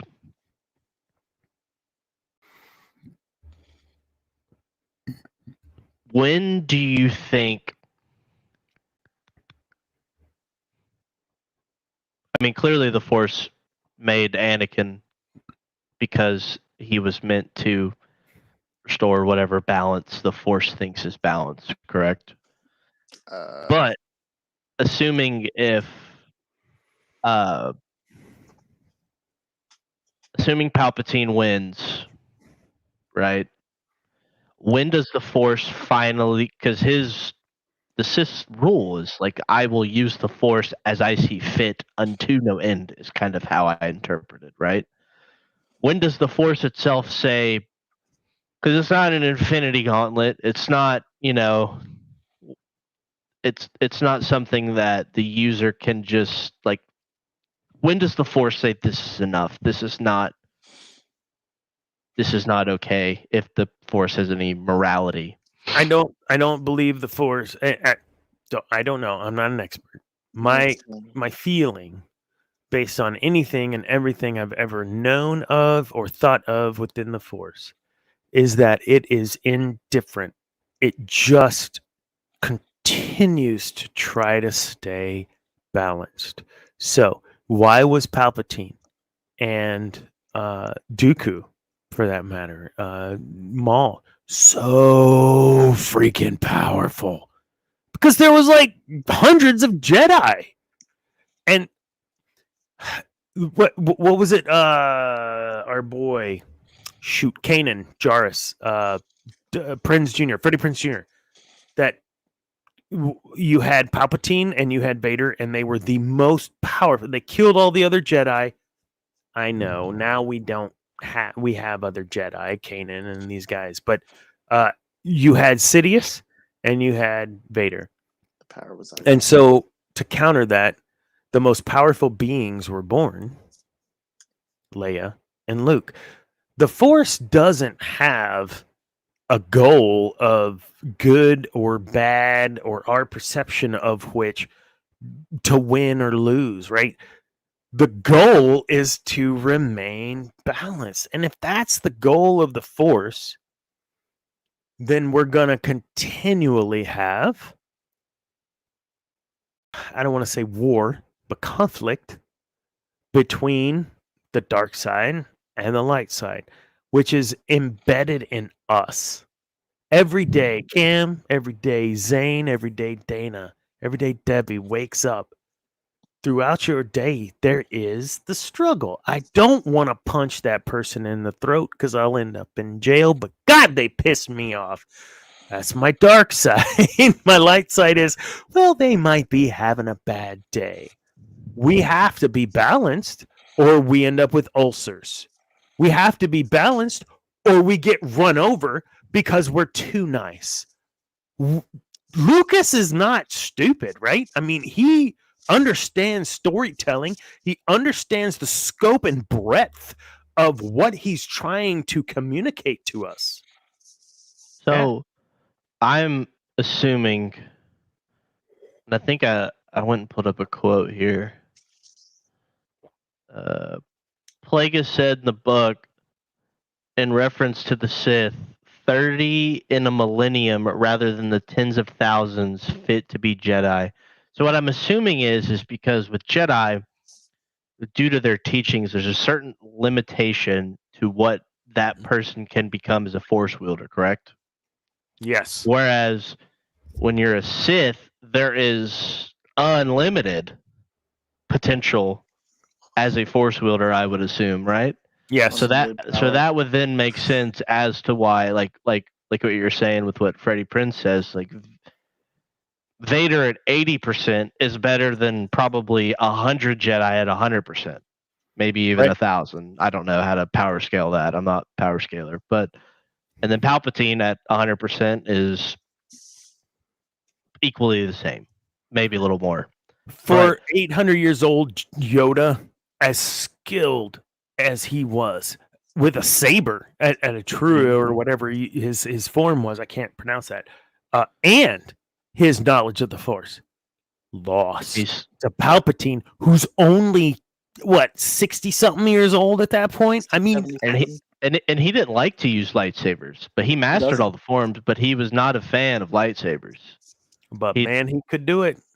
Yeah, and so it's like that's what's so interesting with the concept of like the dark side and the light side, right? Yeah. It's like, why would you not? Like, you can't blame people that fall to the dark side because it's literally like the Sith Code says that there is no what's the thing that stops you from going super fast and like full wheelers and stuff? Yeah, there's no governor when you're a Sith. Oh, gotcha. You can just you can just keep going, man. Whereas like a Jedi, like the Jedi, you're capped. The Jedi Masters and the Jedi Council kind of cap you to what they think you can do, and then once you're on the council, you're just like, well, we've been at this for 1,000 years, and nothing has happened to like we are doing this correctly, right? And, Sith are OP, right? Sith are OP, and the Jedi are nerfed. That's what we're getting at.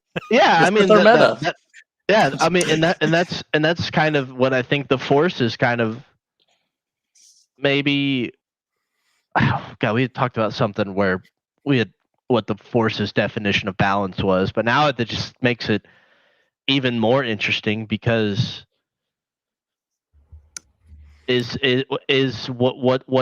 the cap now? And we can wait until next episode to kind of talk what is the cap now, because what are going to be the limits of these new Jedi that come? What are going, if they're Sith or whoever, what is their limit? What is their motivation? What is like here's like if like Palpatine was it. If we're going off of all 9 films, he was it. He was at the end of each trilogy. And if he's gone, I mean if he's gone, like what is there to tempt new Jedi? What is, and I know the galaxy is just massive, and with the new galaxy, Peridia and all that, like what is how does one get better than Palpatine now? So I'm gonna throw something out there to your point, and I'm gonna break your brain. Oh, jeez. Palpatine and Vader. I mean, arguably more powerful than even the Triumvirate, I would say. Those two together, they did some amazing things. So to balance that, we had the twins. Freddie Prinze Jr. talks about this. Lucas talks about this. So when you kill Vader, when Vader dies, and when Palpatine is killed, you now have an out of balance dark side vacuum. Mm-hmm.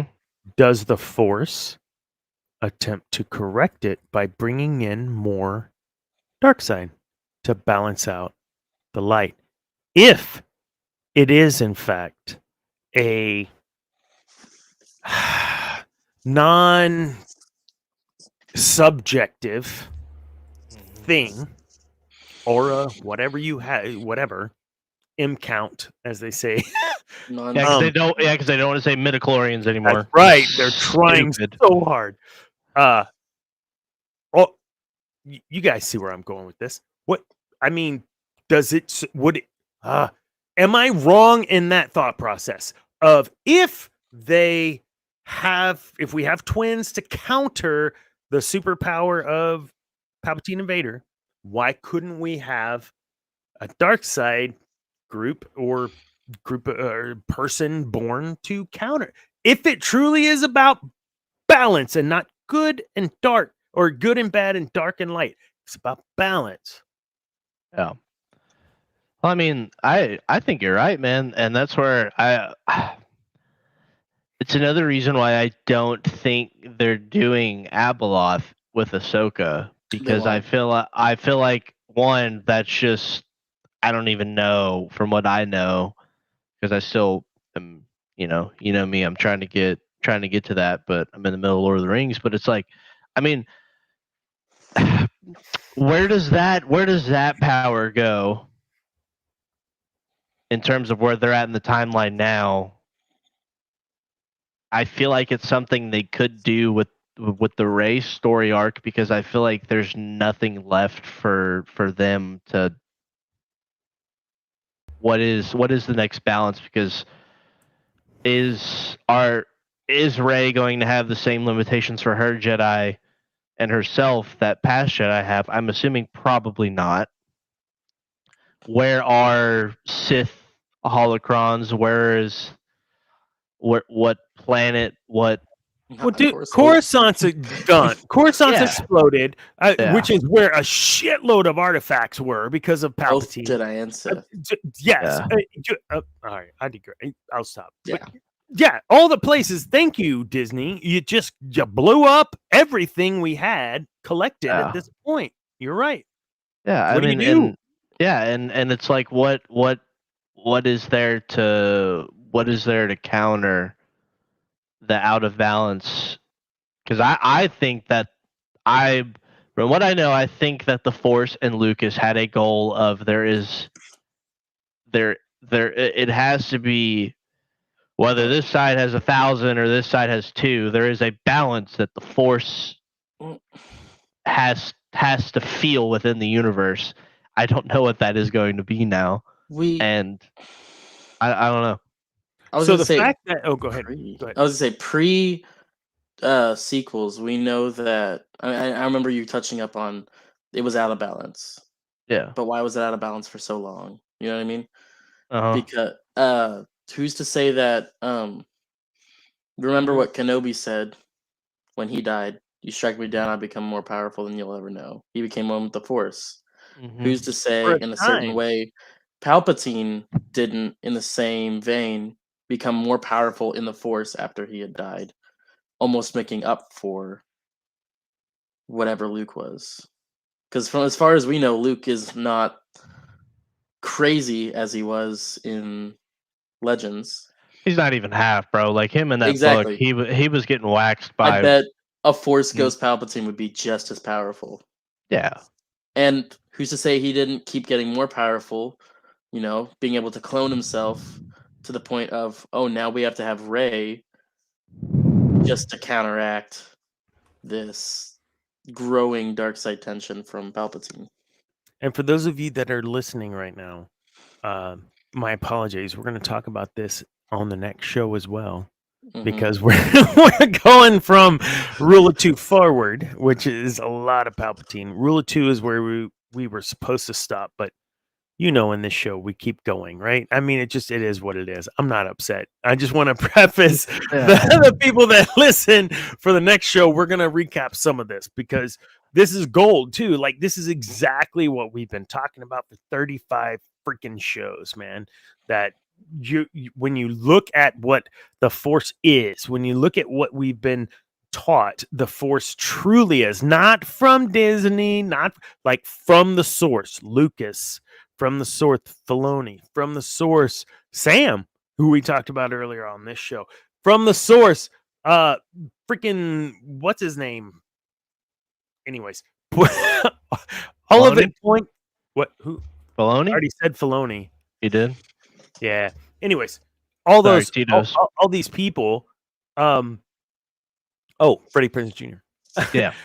So all these people pointing out the fact that, one, they're really video games kind of ruined us, right? Like we will see Jedi and we will see Sith as a leveling. Like I'm now a Jedi master because I accomplished X, Y, and Z.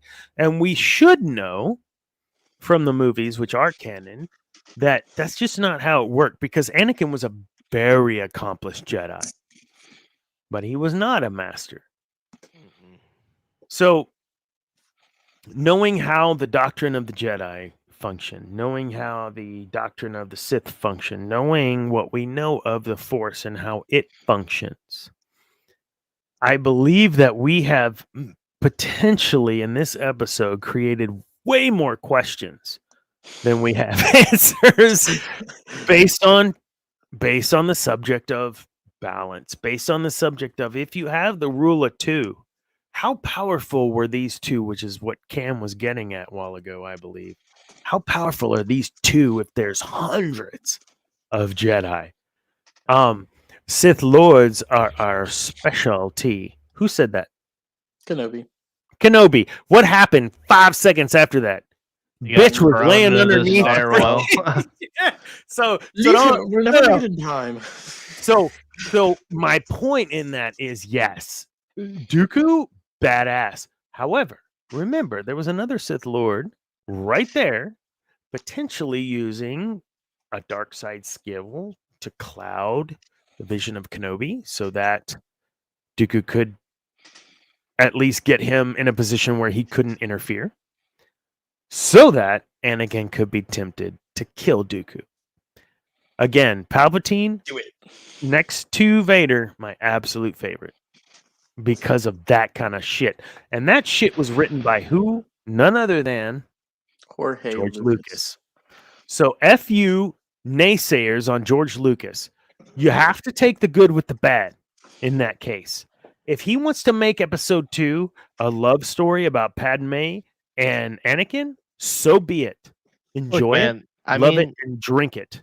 That he can be a good universe builder and all. I mean, he can't be everything, right? He can't be a fantastic writer.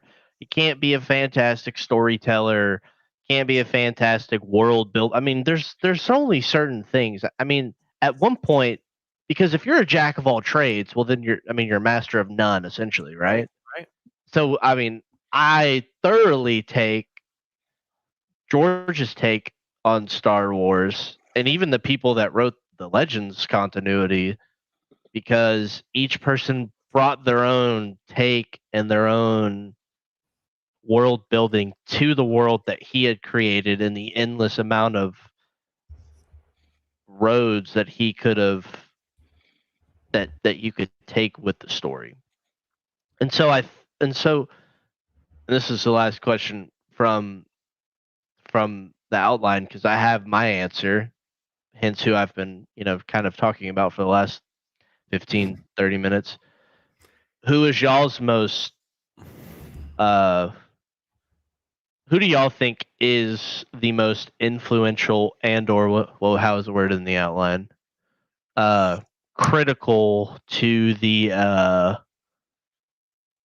to the galaxy where it was taken or where it's even at now. Who was y'all's? Yeah, who was y'all's? If it weren't for this guy, we don't have X. Or we don't have. It really is Bane. It really is Bane. 100%. Because what ended up happening, because and please, I know I drank all but this much of a bottle of wine during the show. Yes, sir. Please try to follow. I'm locked in. I'm locked in right here. Bane created the rule of two. The rule of two inadvertently created a more powerful Sith if we follow the path and ideology that the Force is continually trying to be balanced. Because there were hundreds, if not 1,000 Jedi, which would mean that if there was a rule of two, that those two were way more powerful than anything else out there. So when we start to move into the acolytes, when we start to move into the inquisitors, when we start to move into the apprentice having an apprentice, those things are expected, right? I mean, am I wrong? They're expected if you believe the Force truly is trying to accomplish balance. Now, this is the Dr. Dana Martin jumping in now. So Get in when there. it comes, I know, right? Let's get in here. So when how do I articulate this? When you wake up in the morning, the first thought in your head, is it, fuck, I gotta go to work, gotta get up, gotta get ready, day? Or is it, all right, good evening, good morning, and good night, or whatever, Bruce Almighty? No. I mean, 9 times out of 10, you're gonna be Bruce like, Almighty? I gotta get up. Truman Show. Thank you. I love that. Actually, that wasn't the Truman Show. That was Bruce Almighty. Good afternoon, Was good it? evening, and good night. Yes. So that's how the cookie crumbles. So to your question, Cam, repeat your question for the audience. So who was essentially who is the most influential, and if we don't get what we got if this guy doesn't do what he or this person doesn't do what they decided to do. Right. So Bane, rule of 2, you have all these Jedi and only 2 Sith, which creates a huge amount of power within the Sith, and creates, if they were to have an apprentice outside of the apprentice, you're still only kind of diluting it by 5 or 6 at most. Even in the height of Inquisitors, you're diluting it by, what was there, 9 sister, 11 sister, whatever. I think there was like 10 plus. Yeah. So it's like 13. Even to that, you're looking at a dilution of let's just say 13, 14 to 100. Now, how many were left at the time the Inquisitors came to be? And that's where we start to get into how powerful Ahsoka is. Honestly, let's think about this. If the rule of 2, if there's only a few Sith left, we have to assume, based on the Force imbalance, that the Sith are super powerful. Now they've killed all the Jedi, but I don't know, 20, 30? Now what's happening? So I don't think we've really thought that piece through. That as they are killing Jedi with Order 66, they're increasing their likelihood of less power, that the Force is going to counter them. So for as smart as Palpatine was, if he could not accomplish Order 66 and eradicate Jedi completely, he knows he has to have a plan B. What's his plan B? Rule forever. How is he going to do that? Live forever. By cloning. Yeah. That he's been involved in since the beginning.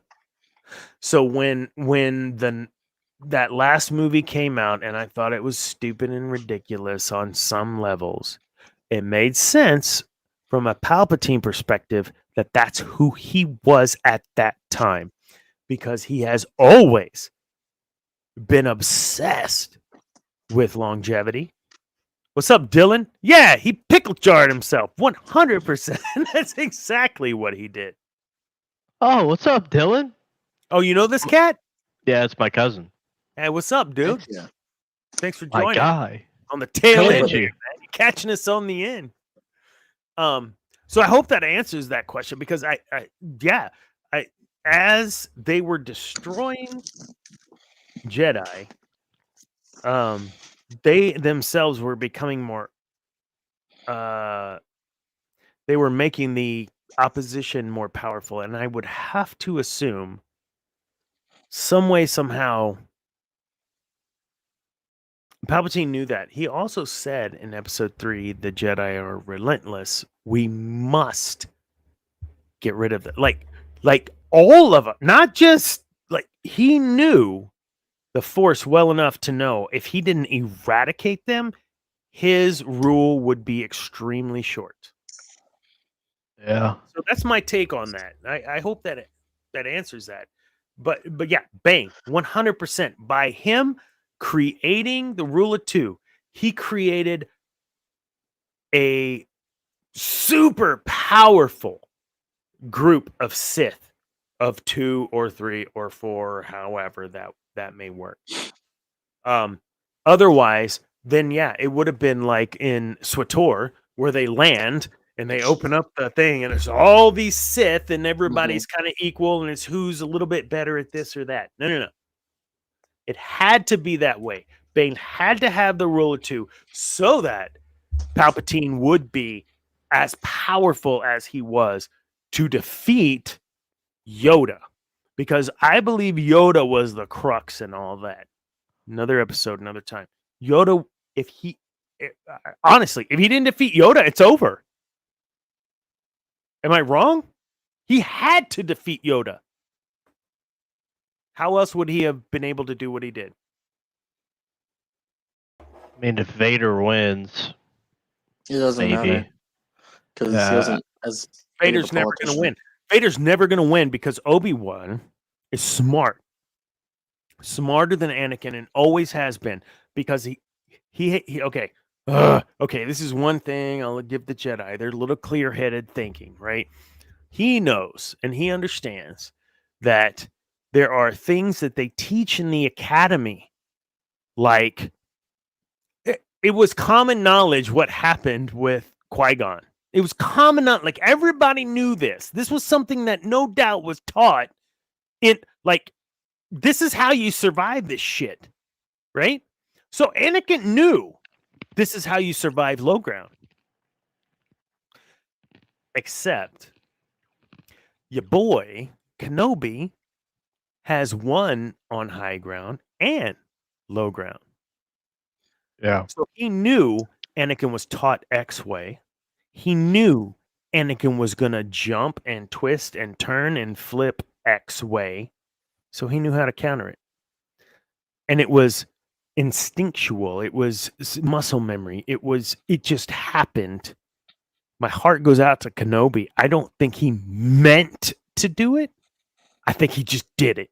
No, the novelization really does a great job when they get towards the end of that fight. If I remember correctly, he was like, if this keeps on going, I think I'm going to lose. Like, I need to... The high ground was more of like an escape. I feel like if I'm remembering how... I haven't read that. The novelization of episode 3? Dana, it is... It's one of the best. Honestly, the audiobook is phenomenal. Like Audible or whatever. Yeah, I mean it would be entirely worth however much it costs. It can't be that much, but it's I remember when they get to that point, Kenobi kind of internalizing that, and yeah, he didn't mean to do what he did to Anakin. It was more like, this is... Yeah. I feel like maybe the legs, I think, but it kind of just, the way he fell on the lightsaber, I mean, it was just kind of, it happened. But I think if Vader wins, it's just, if that fight keeps on going, I think Anakin wins. It's just, Obi-Wan has been that guy. Am I wrong? Like, he's always been the high ground guy, not physical. Like, he's always been that guy. And as much as I give the Jedi shit, Obi-Wan did his best. And he, of all the Jedi, even Yoda, showed the most humility and the most humanization of, I'm a Jedi, but I fucked up that I've ever seen. Oh God, I dropped that. No. We're PG-13. We're good. Now, Ben Kenobi pre-Legends Luke, like Kenobi in the Kenobi book, is I feel like pre-Luke becoming who he becomes in Legends is the ultimate culmination of what a Jedi should be. Pre-Luke becoming what he became in terms of, growing past the prequel Jedi, I feel like, I think that's what makes him, I think I've said it a few episodes ago, I think that's what makes him probably the best character in the series. Because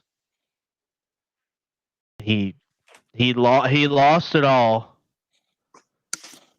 and he still was a Jedi through and through to the end. Yeah. And how he's portrayed in that Maul fight in Rebels while it's short, so good. I watched it the other day because once a week I'll go through my little watch through of clips and stuff, and I love that one so much because look, he's genuinely saddened that he has to do it, but once Maul is like, you're protecting someone, and then the slight change in his face, you see it, and he's like, if I let him get this kid, there is no hope. I mean, that's just, people can hate on Rebels all they want, man. It's not as good as Clone Wars, whatever, but it's still good stuff, man. Like, it's good stuff. Agree. I believe that Obi-Wan, for his failures, was probably the most wholesome of the masters we saw. He was not full of himself like Yoda. He was not dark side tiptoeing like Mace. He was not, according to Debbie, an asshole like Kialimati. that was such a wild. That was a wild Man, Debbie. I was not expecting that. Fantastic. Thank you, Debbie. Yeah, I could not have guessed that was going to come out in the same sense as Kialimati, but it's all good, man. But what about the droid attack on the Wookiees? I'm gonna play this real quick. We're gonna play this. Obi-Wan. Have you guys seen this? Obi-Wan remembers Anakin. It's a flashback. Before the Dark Times is so good, but that's not this one. But I always like Before the Dark Times. Yeah. So these are so cool. Here we go. Let's do this. You can hear it. You fought in the Clone Wars?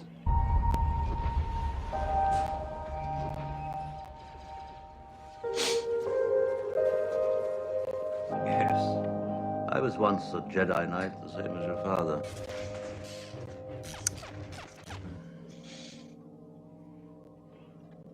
I wish I'd known him. He was the best star pilot in the galaxy.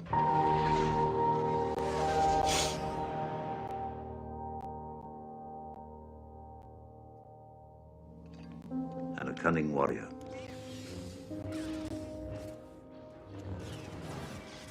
And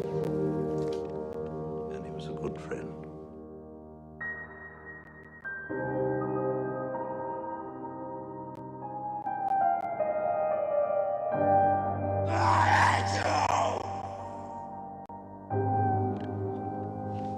Father's lightsaber. This is the weapon of a Jedi Knight. For over 1,000 generations, the Jedi Knights were the guardians of peace and justice in the Old Republic, before the Dark Times, before the Empire. Yes. That's right, little kid. Shut up. He didn't kill him. The clones killed him. Bravo Sierra. How did my father?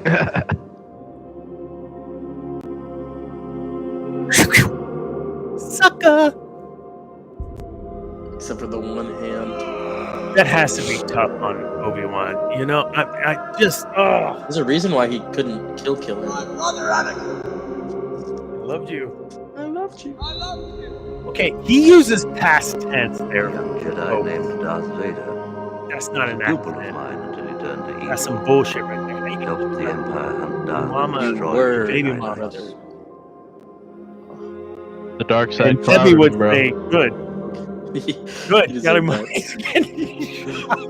Oh, Debbie love loves that scene. Okay, this is I bad, love right? the Sakura. Oh, I know. Oh, and this too. Phase 10 or whatever her name was. I Yeah, don't remember. gone. I'm waiting for the Plo Koon. Give me the Plo Koon. Plo Koon. Master Plo's alive. I have to believe he was alive. They survived that. Damn. I don't think he could Vader survive was that. seduced I feel like his by the mask would have dark broken side off. of the Force. George said he's dead, man. He's dead. Man, no. Who? yeah, Who? Plo, Master Plo. No. Who's George? Dude, who's this right here, this George I will fella? tell you, this pissed me off. Right here, where they can't even make it lock even. Look at that crap. It's not even even right there. Look at the mouthpiece area. What do you mean? How's it not even? Am I That's blind? even. What? Are you okay? Oh my god! I think you've had a little too much to drink. Yeah, you might be. Can you see my cursor? Yes. Yes. Look, right. What here. is? How is that Uh-huh. not aligned? That's Shit my you down. point, dude. As Oh, much okay. money as this movie cost, Geometry makes it look cool. dude. What? Honestly, I feel like it wasn't that much. Let's see. Ow! Just every time, that's all I see. I'm so OCD about that shit. That's all I see. Is this. It looks like two different parts. It is two. Well, The then there point you is, go. it's supposed to be flush. Look, listen. Look, I just added. Oh, Revenge of the Sith. Revenge of the Sith was only 113 million, which was less than the Holy first two. crap. It you was serious? the cheap. Yeah, it was the cheapest one. It was the best. No, that one. was a 12-minute fight between those two. Oh, 12 minutes, and that they didn't speed it up. I don't know if you guys George saw those Lucas. We behind the need the scenes. extended edition. Yeah. Can we get the what Frank extended whatever? Not Frank. Animate What's it. the I guy- don't care. I just want to see What's the it. guy's name that does all them DC movies? Zack Snyder. Zack We- Snyder. Can Yeah. we get a That's Snyder not- cut, but a Lucas not cut good. of episode that was already 2-3 hours long? Can we get? Okay, so the first two were 115 million, and then I'm just gonna put it out there. The Last Jedi was 317 million. Now that it is a good looking film, but It is an amazing, good-looking film. The soundtrack is really well done. yeah, if you don't care about the characters and anything that's in it, it's a really good You looking don't care film. about the actual movie. John Williams said he's Yeah. never doing another. So there we I have. don't doubt We're him. done. We're done. What is the cheapest? Attack of the Probably the Clones. first one. No, probably the New first. Hope. Yeah, 11 million for A New it. Hope. 11 million, bro. And how much has Honestly- he made since? Yo, no, y'all want to see the craziest thing? Y'all, people out there listening, go look up how much Rings of Power cost, and then the Peter Jackson trilogy. That'll alarm you. That's awesome. Even the Oh. Hobbit trilogy. We're at over 2 hours. We did it Oh, again, no. even though like freaking Deb bailed on us like halfway through. After Devin- Dark, man, I'm fired up. Man, this was a good episode. All of us kept saying, no, that's next episode. So you guys got a lot of preface into next episode. Look, we love Star Wars. We love everything about the stories. When it comes down to maybe some bits, we get a little frustrated just because we're so damn invested in it, right? I love it. Lord of the Rings and It's amazing. Twilight, just good story writing, and regardless of what you think about sparkly vampires, it was good story. It was good. You can't deny that. The last couple episodes, as we keep touching on, weren't that great. Not a lot of depth to the characters, and when we can create an entire show, or entire series, 3 shows around the Sith timeline, and you guys can't create one movie, or even a limited 4-episode series, some bullshit, whatever. You can't do that. So to your point earlier, Cam, there is content out there that could be used. To my point, and the Sith Dominion, as I've mentioned way back in this podcast, the name came from a website that I had that I joined and created the Sith Dominion, which was a role-playing Sith dark side forum where we would create our own Sith stories in the Star Wars universe. But we would use the Star Wars universe that was available to us so that we would make it. No, it wasn't canon. It was fan fiction, but it was as close to canon as you could get, using the same characters. We fought against Admiral Ekbar. We fought against Wedge Antilles and his crew. God dang, those freaking Rogue Squadron were bitches. Look, if you got a good story, you're going to have fandom continue those stories. And whether they become canon or not is irrelevant. The fact is we're enjoying them. And what happened is you destroyed everything about the Force that we knew about it. You made this one chick so damn powerful and doesn't even know how she's powerful and doesn't know where she came from and doesn't know anything. And that's what hurts us, right? It doesn't make sense to us because we were along for the ride, right? We were along for the ride of how the Force works. And now that we've learned even more about how the Force works in balance, we know that, sorry, Rey, if this is what they've written for you, you're fucked. Because there's going to be a bigger, badder, Sithy, or at least dark side wielder than you've ever seen before. Because you're the most powerful Jedi to ever live. Because every Jedi lives in you. Bullshit. I love you, Daisy. It has nothing to do with you and everything to do with your character. We love you, Daisy. It's so every Jedi lives in a Palpatine, brother. Yeah, think about that. Give me a break. The ultimate win. Palpatine won, man. I'll say this. Palpatine won. I'll stop. Lucas said straight up, this whole story is about Anakin Skywalker. So technically, when Anakin dies in Return of the Jedi episode Revenge 6. of the Jedi, got it. That's it. How much wine he had, bro? Yeah. I had a bottle. I'm done with my bottle. I won't tell you. I had 2 Starry and 2 full 12-ounce Starry and vodkas earlier today. So my man's on a mission. I am. No, honestly, the point is, like, understand if we can really put our arms around how the Force works, we know, as Freddie Prinze Jr. said, you'll know what happens in the next movie. So if they follow the path of the Force, the way it was written, the way it's intended, we know there's going to be some crazy ass badass dark side Force wielder in this new Rey movie. It would be cool to see Rey actually go through something, because I mean, clearly they've shown nothing about breaking down characters. No, so the it only might thing be he went through was freaking like trying to get Luke to train her. Like, that's the most to fail. Seriously? Yeah, I think my training didn't go. I'm sitting here training, and Poe's like, "Fuck out there! What are you doing? What are you training? Get out there and help us!" Like, I get it from Poe's perspective. You're a goddamn Jedi or close to. You telling me you just chilling here, like doing some freaking multiple choice?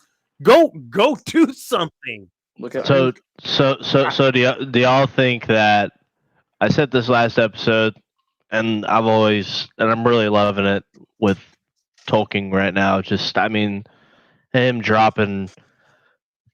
establishing events, dropping them tidbits in the paragraphs, and you're like, oh shit, I want to know about that type deal.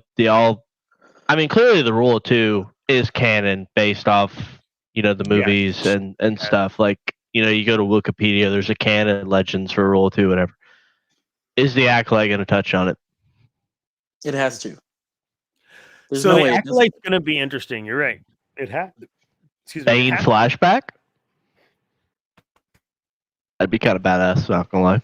So I find it interesting that Bane will probably be a female.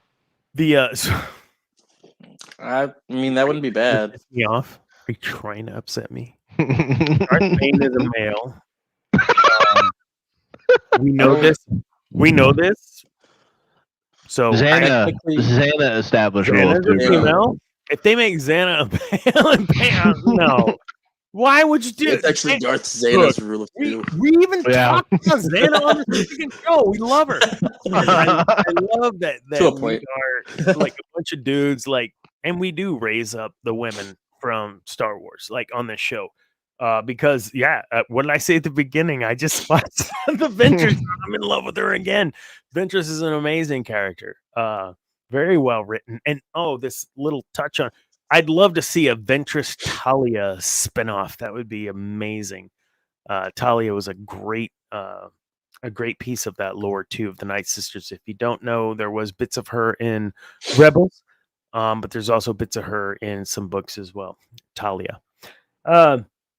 Guys, this was a great show. Debbie, sorry you had to bail. Kat, maybe we get all 5 of us on next show with Elliot. I'm going to reach out to DJ Elliot and make sure we're good for next week. He's just coming off this con there in South Africa, so I'm sure he's going to have some great stories to tell. I hope he doesn't tell any stories about when I was his RA, because that wouldn't be good. I was a great RA. Don't let anyone fool you. You were the people's RA. I was the people's RA, and very brave. He ruled with an iron fist. I did, and a deep stomach for all the beer you shouldn't be drinking. So I won't write you up if you give me your 12-pack. At the end of the day, this show is about the Sithy side of life, and I really feel like we've touched a lot on not just that kind of mid-range Sith. We've moved into future Sith and stuff of what we know now, but we also understand that, look, Taoism, Buddhism, Christianity, it doesn't matter what religion you follow, you're gonna understand no religion at all. There's duality in man, right? Like, we have thoughts that aren't good, and we have thoughts that aren't bad. We have thoughts that are good, and we have thoughts that are bad. In the end of the day, it's what you act on, it's what you do with your life. And when you look at the scope and scale of what the Sith were able to do with a very small number after the rule of 2 of people, then we move into what I talk about in leadership, which is influence, not manipulation. Darth Sidious, for everything that he was or was not, he was an amazing influencer. Great. He built relationships. He was as authentic as he could be with people, and was able to build an empire because of it. And we'll talk more about that next episode, as we're talking through more of the Sith timeline. And then ultimately, what do we expect from the Sith in this latest movie or set of movies? We're not quite sure what's going to happen with that. But we thank you guys for joining us on the ride. We watched a trailer for the new Empire, Tales of the Empire. Watched some Sam Witwer talk about, how amazing he is about inserting Sith code, trying to make it canon into the shows. So thanks you all for joining. Thank you all on TikTok for joining. That was super fun. We will see you next week, guys. Any last things? I know, Zane, you just got finished recording a couple of tracks, or did you record the whole LP last week? We only laid down a few instruments. It's gonna take a while. Yeah. However, we do this Saturday play at El Honky Tonk in San El Antonio. Honky Tonk. Where's that? In San Antonio. So y'all come down. It's not the Honky Tonk, folks. It's El El Honky Tonk in San Antonio. Do you know where? 30 rack, or is it back 40? 30 rack. 30 rack. So go check out Thomas Babiak and 30 rack, or if you go to Instagram, I think it's just 30 rack.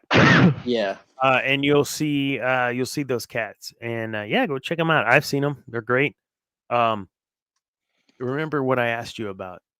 It'd be cool to do that. So no pressure. We'll see. And what do you got coming up this week? Anything cool? No, I'm going to see Phantom Menace on Friday. It's going to be one of the first It'll be the first of the original 6 I've ever seen in theaters, so I'm really Really? looking forward to that. First Yeah. Star Wars movie you've seen. All right. Yeah. I'll share this story before we sign off here. Revenge of the Sith. Yeah. Yeah. Yeah. So Zane got to stay at home with his grandmama, my mother, when I went to go see this with my wife at the time, his mother, my ex-wife. We went to see Revenge of the Sith. Now listen, since 1977, I've been waiting. I have been waiting since 1977. I was only 2 years old, so I didn't know, but fast forward a few years. As soon as I found out Obi-Wan Kenobi, the old crusty white dude from the movies I grew up with, fought Darth Vader, but fought him as Anakin Skywalker? Yeah. What? This was a thing? I grew up, folks, learning this, knowing this. So when episode 3 hit, I was like, oh, snap. This is it. This is the culmination of my entire life in this battle, in this, what I later understand to be a 12-minute segment all put together that they worked 6 months on to do. Like, that's the choreography. And as a community theater, which isn't anything, as a music community theater where I've got choreography and all this stuff, like I kind of get it. Like, what I do in 6 weeks is nothing what those guys did in 6 months. Yeah. So I'm sitting there. We're at the point where Obi-Wan's looking at him, with his arms crossed. He's like, "You're a far greater Jedi than I have ever been. You're a great friend." And Anakin's like, "You're a great friend, Master." And they're like, "Goodbye." And it's the last time they see each other. I'm like, "Oh shit. This is good." Like, I know in the next 15 minutes, some bad shit's about to break. Literally. Hold on a second. What's the...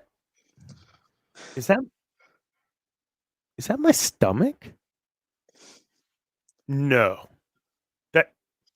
No way. Hold on a second. Should I trust this? Okay, I trusted that one, but I probably shouldn't trust anymore. Oh my God, I can't believe I'm telling you a story right now. Yes, in the middle of that fight, I was having my own fight with my beard. You had the bubble guts there, the Vader and Obi-Wan fight. I have waited over 30 years for this moment on the big and I'm dying inside. Yeah, that's hilarious. Hold on. Oh, it gets better. I wait, and I've decided if it comes down to it, Cameron, understand. You gotta go in your pants. I'm in man. my 30s, dude. Like, I'll shit myself before I leave my seat. I don't care. I don't care. I will let you know I did not shit myself. So I get in the car. We watch the movie, and I'm uncomfortable. So I miss some things mentally because it's like it's so painful. Yeah, we get it's bad. So we get.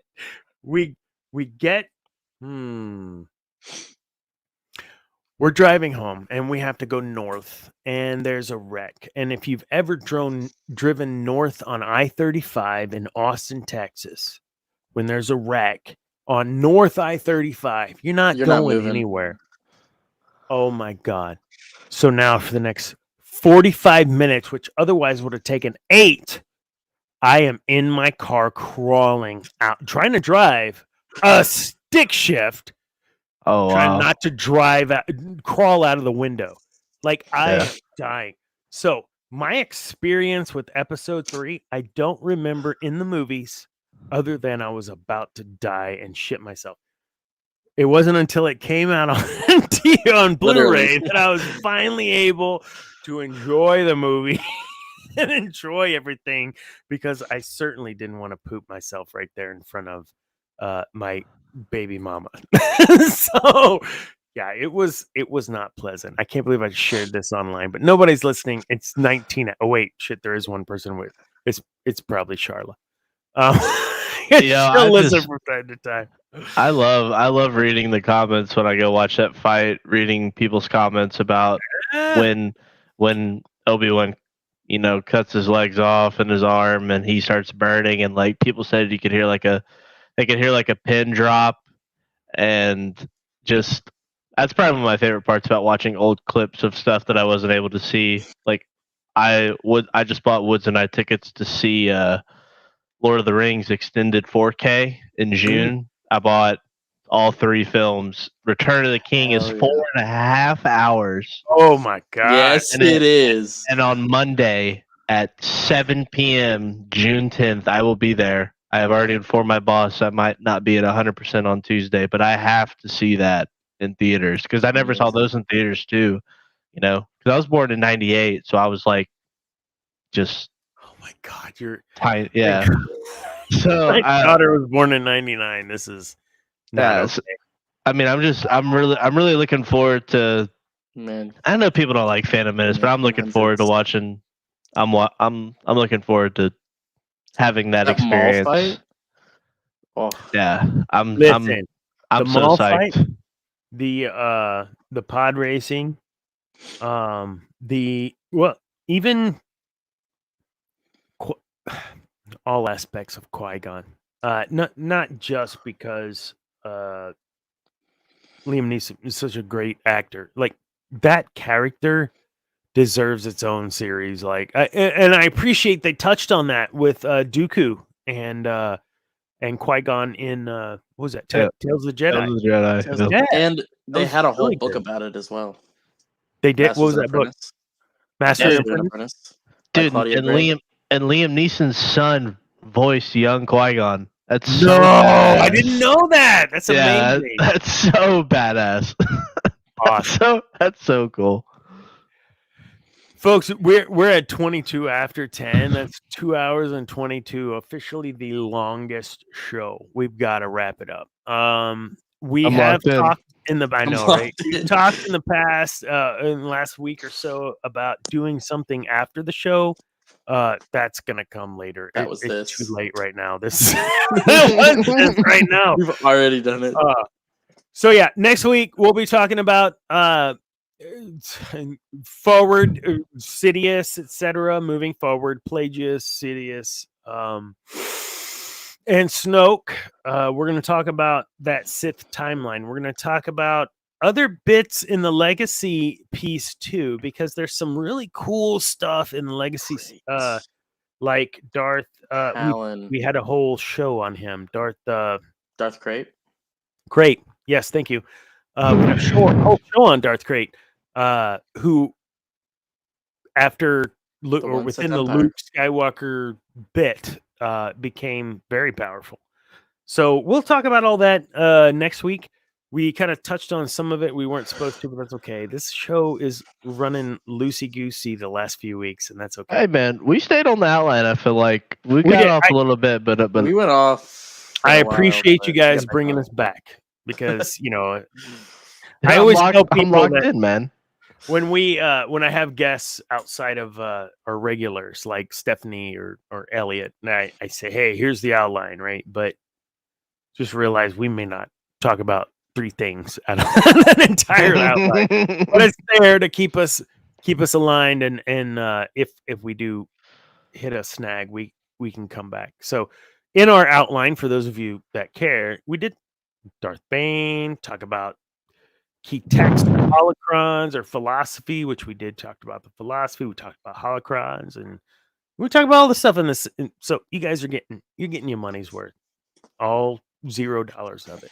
So, fall asleep to us. It's just fine. Yeah, just fall asleep to us. Hey, so that's next week. We also have other shows. We talk about every show as well. We have Cantina Happy Hour, which Debbie is on. We have the Marvel Mondays, MCU Mondays. Thursday. Thursday is Cantina Happy Hour. Cantina Happy Hour. And then Geek Gauntlet is on Saturday, usually. How does Zay know all this? Oh, you're on YouTube right now. No. Aren't you? No? See, Cat's a lot better at that. I miss having Cat on. Captain's Logs and Lightsabers. Captain's Logs and CGI Lightsabers, thing. which I mentioned also in this show because I would love to be on that show. John, I can't remember your last name, brother. My bad. Anyways, it was a great show. Cam, Zane, as always. Yep, he's yawning. Yes. We're gonna wrap it up. We will see you all next week. And yeah, remember. Oh, before I sign off, go to TikTok. We'll come here and subscribe, like, do all the things. Put the notification bell so that you know when we're live. Ding. Go Hell to yeah, TikTok. brother. Find us, the Sith Dominion. It's real simple. Find us on TikTok. I put out a or two a week, just some content where I'm talking about shit, stuff. There is also a new series I just put out talking about taking your car to the mechanic, taking yourself to a mechanic and listening to yourself and understanding what's happening inside yourself. So that too, episode 2 of that just released, and there'll be 2 more over the course of this week to wrap that up. So 4 pieces of that. It'd be worth it. Trust me. Geez, I don't think anything else. Guy, seriously, anyone that listens to this, watches this, DM me, find me, DM me. I'd love to do a complimentary 30-minute coaching session with you, just to get you set on the right path to move forward. Doesn't cost you a thing. Or DM us with any questions about Star Wars. What? Any DM and us I'd with love any to questions talk about Wars. Star Wars. Absolutely. Gosh, I think that's it. Anything else, Cam? Anything else, Zane? Go see Phantom Menace this weekend. That's all I gotta tell you. What he said. Yes. May the 4th be with you, gonna but try. more so Revenge of the 5th. Amen. That's Amen. right. All right. Remember, kids, peace is a lie, and that there's only passion. Good night.